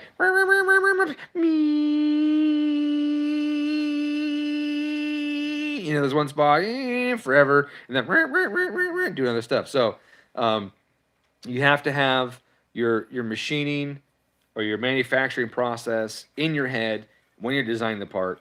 Otherwise, it probably won't even work. And that's where experience with those machining processes comes in. And so my machinist, Ryan from Seven Seaters LLC, he's really great because he's got the experience and with design and with machining. And so he's always helped me out by saying, that's a really sweet design. Too bad I can't get a tool in there. Things like that. So actually, he hasn't had many I can't get a tool in there things. He's only had can we open this radius up to a 28 or something, because this is just too small and it's going to take a lot of time or something. Or it increases the risk of failure because it's too skinny and too deep for the material type and the tool type and all that kind of stuff. So experience with that is really key. Just like with drilling holes, long, skinny holes are overall like a no-no. You don't want to have a super long, skinny hole. And they call it something per diameter. I forget what it was, like 5D, like 5 times the diameter, depth. Past that, you run into problems with strength and reliability, and then you got to also be able to get the chips out. So you got the chip load, and some guys push coolant into the bottom of the nozzle, or push coolant in the bottom of the bit as they drill to help flush the chips out. And the flute design's got to be different on the bits to help with the nozzle, help the coolant flow and toss the chips out. And all kinds of crazy stuff that goes into designing parts that I didn't even know existed just 5 years ago. So, so with casting, sorry, I got off track of that. With casting, you got to make sure that it can be done, and then the way they do it depends on what kind of shapes you have. Large, curvy shapes with lots of voids and that kind of stuff.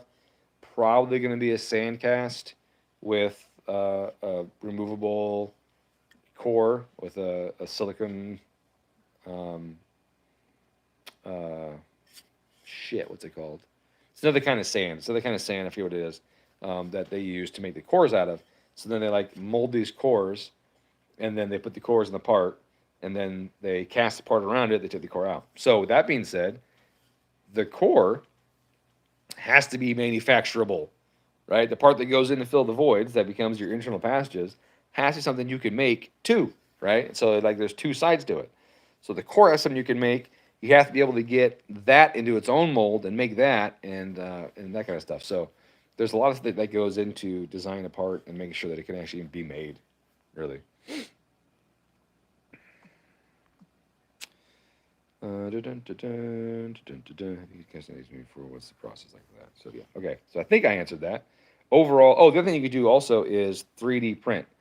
If your core is too elaborate to be molded or cast, then you can 3D print one.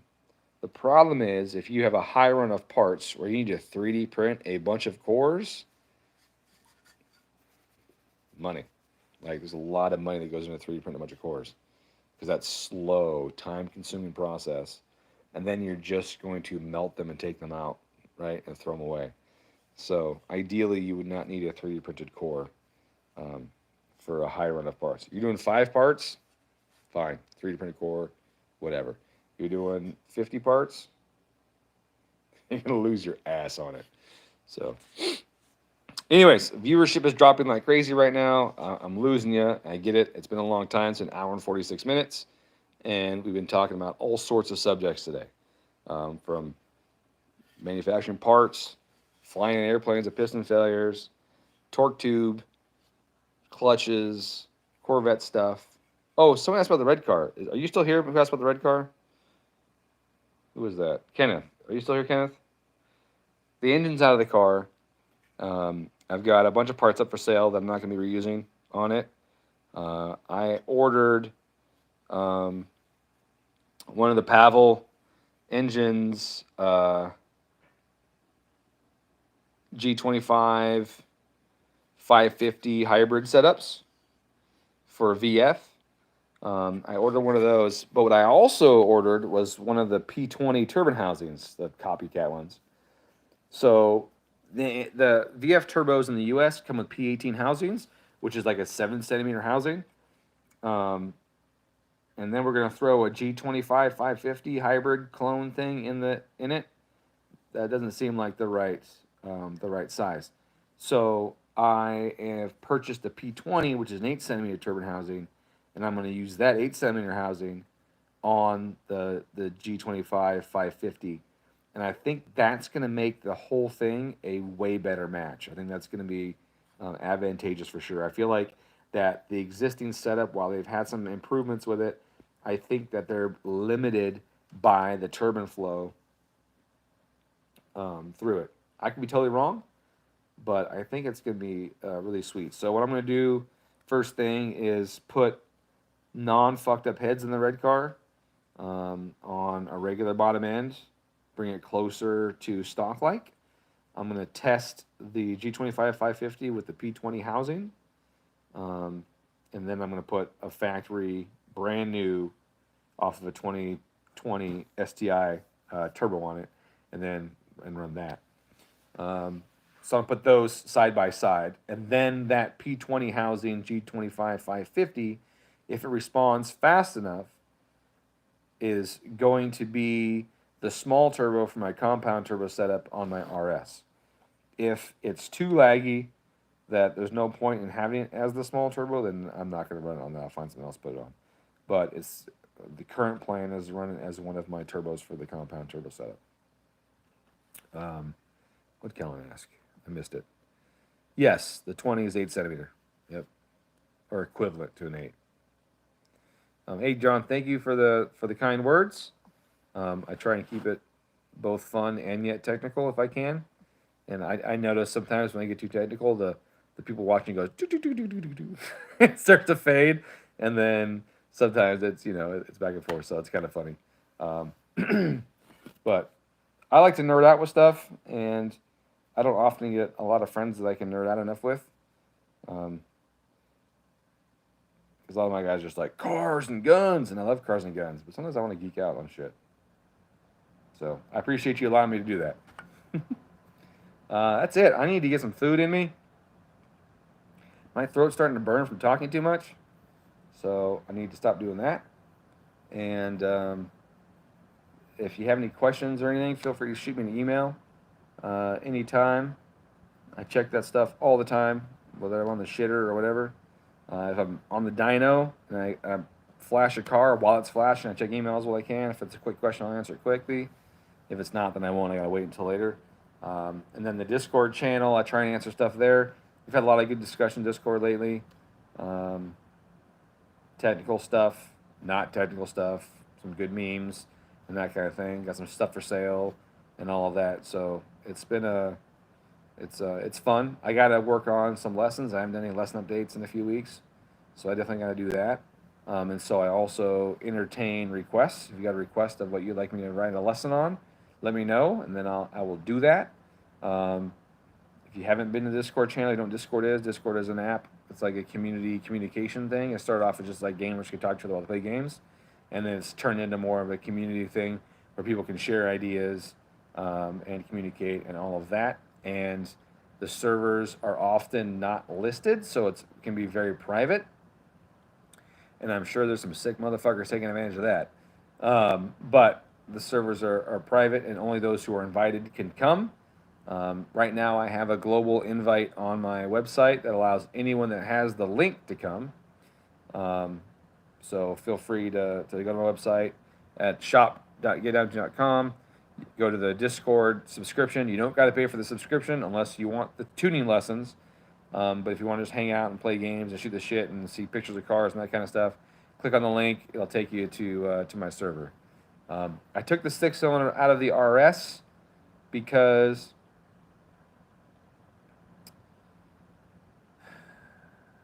just there's enough fucking room for what I want to do, you know. And then the wiring changes that I got to go through to do it. I just don't want to do it in that car. I like that car a lot, and I don't have exhaust manifolds for it.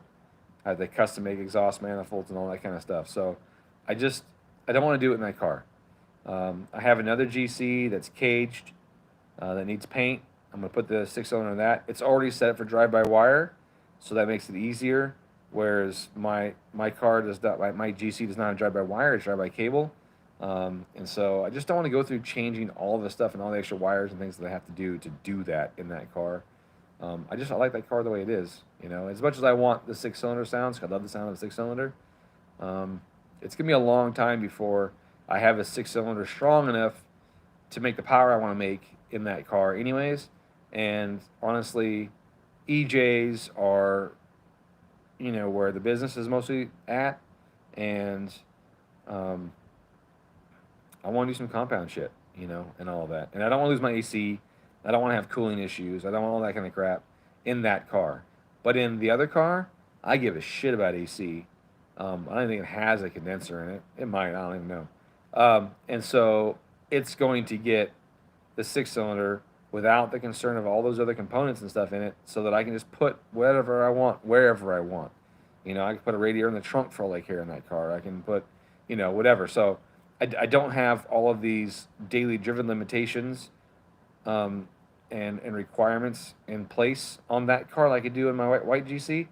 So I want to get it out of there so that I can do what I've been wanting to do in the GC for a long time. So I hope that answers your question.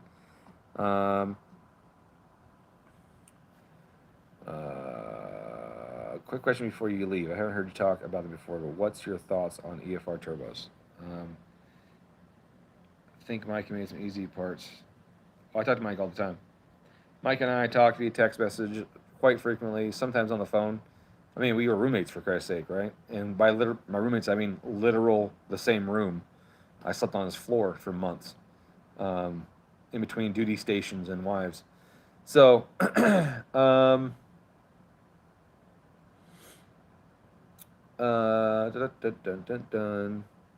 EFRs. I like the EFRs for a handful of reasons, and I dislike them for a handful of reasons. EFRs have really cool technology in the wheels, in the profiles, in the materials. The Gamma Titanium turbine wheel is really cool because it's basically titanium and aluminum and something else mixed together. It's a hard mix. It's hard to properly cast. It's hard for quality control reasons. They had a bunch of failures initially, which is what actually delayed the launch of the EFR to the public, because the foundry that they told that was doing their stuff was doing it wrong. And so they ditched those guys and got themselves another foundry. The first foundry trying to save money by not doing what they were supposed to do. Anyways, so it's a hard material to make strong enough to handle the loads that they have. So the gamma titanium turbos are very susceptible to self-obliteration when you exceed their RPM limits. And that's, from what I've read, it seems like it's a strict limitation of centrifugal forces on the diameter of the wheel itself. The material is just not quite strong enough to hold itself together over a certain amount of G-forces on the wheel, which is a bummer because the turbos rip. They have good response. They have decent power output and all of that. All of that said, I got a little disillusioned with my 7670. I felt like the performance was degrading on it, and it just wasn't worth it anymore. I felt like there was too much lag for not enough power on it. But I like a lot of power, so I think. Oops, I had a little skip there. I think the 7670 would have been a great turbo for a fat mid-ranged 6-cylinder, but I didn't feel like it was that good of a turbo for a top ranged, high end ranged 4-cylinder.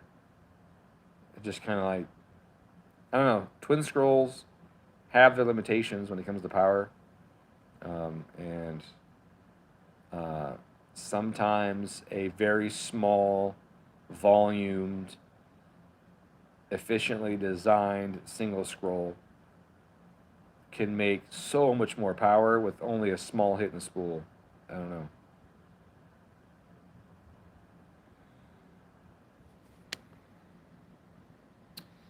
PNR turbos. Yeah, they just, so that Halo, what's that say? Halo Aspen one. Oh, Sniper. Halo 3 Sniper. Oh, I'm dumb. Halo 3 Sniper. Who doesn't snipe in Halo 3?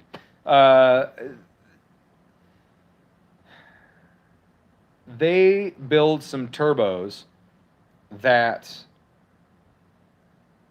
go backwards. They build turbos that go backwards. And I don't mean rotationally, I mean in technology.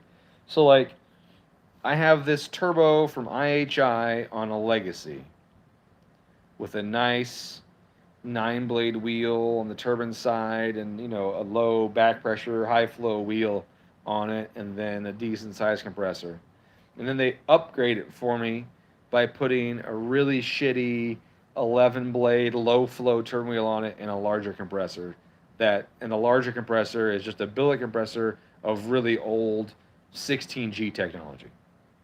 So I went from a more modern aero and a higher flow turbine to an older technology aero and a lower flow turbine, strictly because, I don't know, the cat got hair on this thing. Strictly because they go, oh, well, the compressor will flow more. And what you get is a turbo that's laggier than stock by a lot, that makes hardly any power more than stock. And it just drives me insane. And I had somebody, billet wheel, bro, but it's a billet wheel. It can't be that old. It's billet, bro. I don't know. Like, yeah, cheap people love them. That's my opinion. Cheap people love their shit, and their shit is shit, in my opinion. They just use old technology. They don't have any updated stuff. Like, it's stupid, in my opinion. So, yeah. You take an engine that's extremely sensitive to back pressure, raise the back pressure a ton, and be like, well, the compressor flows more.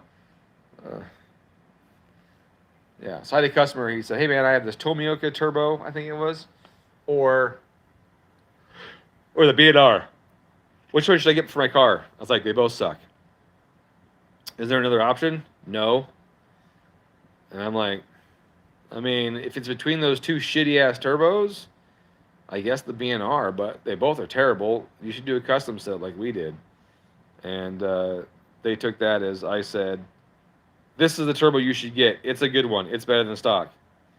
And that's not what I was saying at all. And unfortunately, that created a little bit of an issue when the car made jack shit for power. And I said, well, you got a shade turbo. Like, well, you recommended it. No, I did not do that. So, Arashi turbos, those are just the same as the fucking Kinagawas, right? Aren't they the same thing, just different name on them? No, the Cobb is not the same as Tomioka. Tomioka is trash. It's not the same as the Tomioka. I think the Cobb is actually closer to the Kinagawa line. If I had to guess, but I don't know the answer to that, honestly. And I've had good luck with the Kinagawas. One thing I like about them is that they give you options, like how do you want your turbo? You can select all these options, and they let you fuck it up. So I made a TD06 18G. TD06 18Gs can be pretty sweet. They can be. But if you make the turbine side flow just too damn much, they don't ever hold any boost. It comes on quick, and it gives you everything it has right away, and then there's nothing left. The boost comes up. It's kind of laggy because of this huge turbine side. It comes up and it goes mew. So the boost curve goes like this. That's what it looks like. Climbs up and then falls off immediately. Won't hold any flat boost at all. So I chose some options on that with this TD06 20G with a high TD06 SL2 I think wheel even. 20G turbine wheel with an 18G freaking housing or 18G compressor wheel. It was billet and blah, blah, blah, blah. I just chose the wrong combination. I thought, well, I want to reduce all the back pressure I can. And this is all the horsepower I want, so I'll put them together. It did not work out. Did not work out as good as I had hoped at all. The power curve was good in the car. It was not representative of the boost curve. Because the boost is a function of back pressure, and there was no back pressure on this thing. So, like, it had a good-looking power curve. It had a normal-looking power curve, but the boost curve went like this. It was just weird. And but I mean, the car drove fine. It was a little laggier than I wanted the 18G to be, but it made the power overall that it should have made. There was no back pressure on it, but I definitely could have done a better job matching the turbos up. So they let you fuck it up, man. You go in there, you select your options, they let you screw it up. So I won't be doing that again with that combination. But Blauk at one point made a TD06 18G a long time ago, and that's not true. I think it was FP. I think it was FP that had TD06. It was one of those two. Blauk or FP did a TD06 18G, and that thing freaking ripped. And so I was like, oh, I'm gonna copy that. Essentially, yeah, I didn't copy that. No, it was not nearly as good as their turbo. So, that being said, this G25 550 P20 housing hybrid might tank. It might suck ass. Who knows? But that's what experimentation is all about.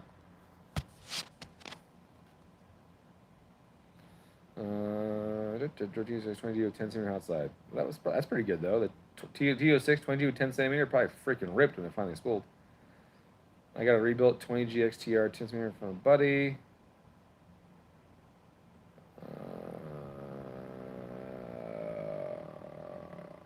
20G XTR on an EJ205. Yeah, well, if you don't have ABCS on that 205, just push the car off a cliff now. Add ABCS to it. You gotta have ABCS. Longer rods are benefit at any power level. Longer rods release power at any level. They reduce angularity on the rod. They reduce piston skirt loading. They increase longevity. They're a benefit at all power levels. Yeah, Kellen. I should ban you from the channel for having one of those. I'm just kidding. Yuck. That is my least favorite engine of all. I would run an E81 or an old EJ22 before I fucking touch a 205, a regular 205. Now a JDM 205 with AVCS, that's good. I have a JDM EJ 205 with AVCS and a VF 48 and a GR top mount in one of my GCs. I think scoots, man. I think scoots good. It's not too laggy. It's got a fat mid range. It's got a good top end horsepower. The AVCS makes all the difference in the world, man. It is nice. It's a fun car to drive. I just put a shitty clutch in it. Common thread, I know. I think their cams are okay. They're a good middle of the road cam. So they call their 280s, but they're really like a 270 ish. They overrate their cams dramatically. The ramp rates are really slow and lazy. They just annihilate your fuel economy. Like they don't even. They're so bad that your fuel economy goes to absolute shit with like very little power increase. Um, yeah, I would never run a set ever again. I did once, and I would never do it again. Um, every car I tune with them is just okay. Oh yeah, absolutely. I mean, I would do Kelford personally. Um, I would do the Kelford Bs. If it's a daily driver, the Kelford Bs are fucking amazing. Kelford has the split intake load profiles and all of that. That really increase the. I have that, right? And Kelford made my cams for me. I told them what I wanted. This is the profile I want. And they said, hey, we're thinking we just massage it right here a little bit. And I go, oh, I like that. Let's do that. And then I have my cams. And as many have seen, they spool turbos way faster and hold power really well. For something that spools as fast as they spool, they carry power way better than anything else that spools that fast. How do they do on huge horsepower builds? I've yet to see at high RPM. I've yet to see that, and we're working on that. But Kelford was um, Kelford was the obvious choice for me in that because they've been doing split lobes for a long time. Um, and one thing, so my cam profile, back up. My cam profile originated as a Kelford B intake and a Kelford C exhaust. That's how it started off. It started off that way because I saw the need to get stuff out of the engine, but I also saw the need to be able to adjust more overlap with the intake than you can if you just had like a straight C profile. And so I've been telling people for like 12 years now, run a B intake and a C exhaust. And everyone that does it emails me back or calls me back and says, holy shit, dude, this setup rocks. 272 C. Oh, so the Kelford like R199-C.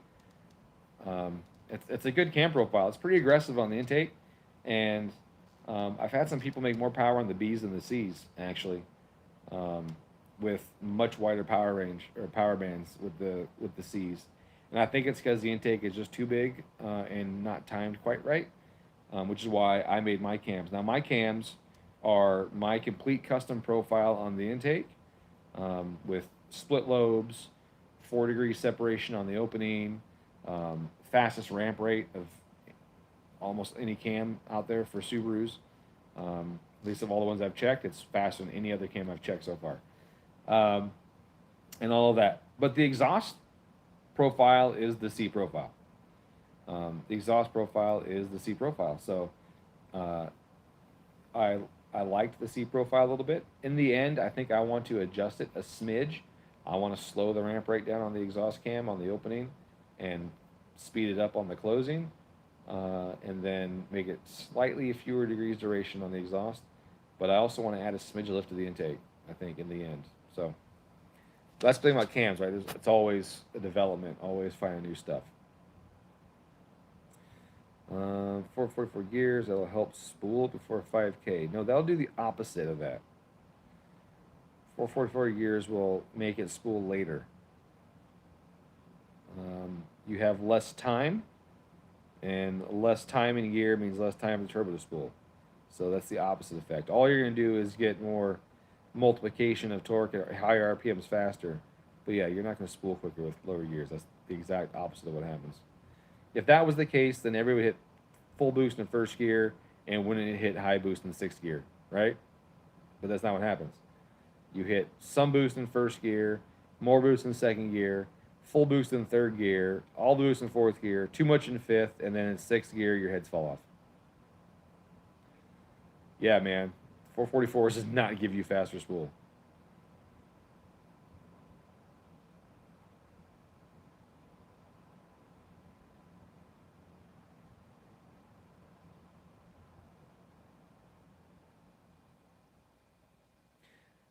Halo Sniper. By the way, I took your idle advice on my Series 2 with upping the ignition to correct idle. Works like a dream. Awesome, man. Yeah, dude. I'm glad. I'm glad it helped. Like I said, time, man. Time is always the thing.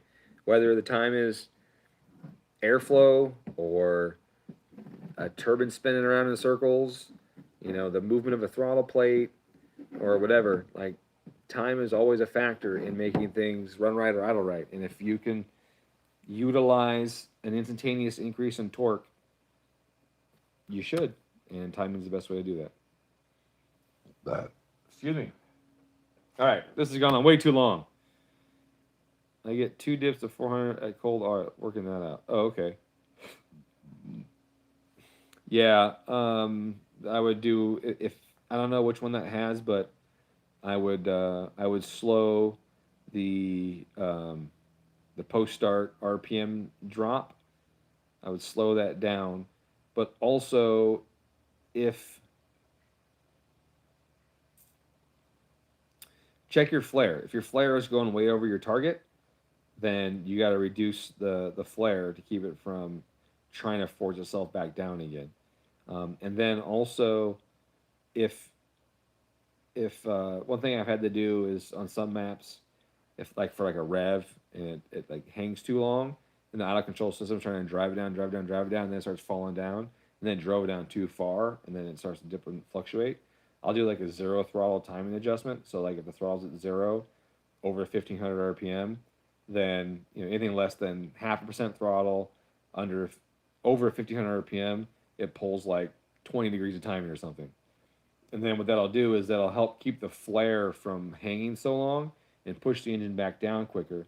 And then that retard is removed at say 1500 or whatever.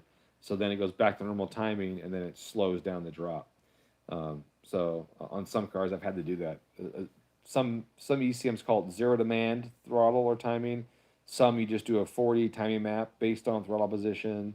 Some have all kinds of things like that. So based on what EMS you have and what tables are available, something that 0 throttle, like I said, 0.5% or less, over a certain RPM, you can have it pull a bunch of timing out, and that'll force it down, and then when it hits the normal range, it'll slow the descent and let it fade into your idle zone instead of everything trying to force it down, right? Just the cold is the issue. Is it just on flare or is it like randomly dipping?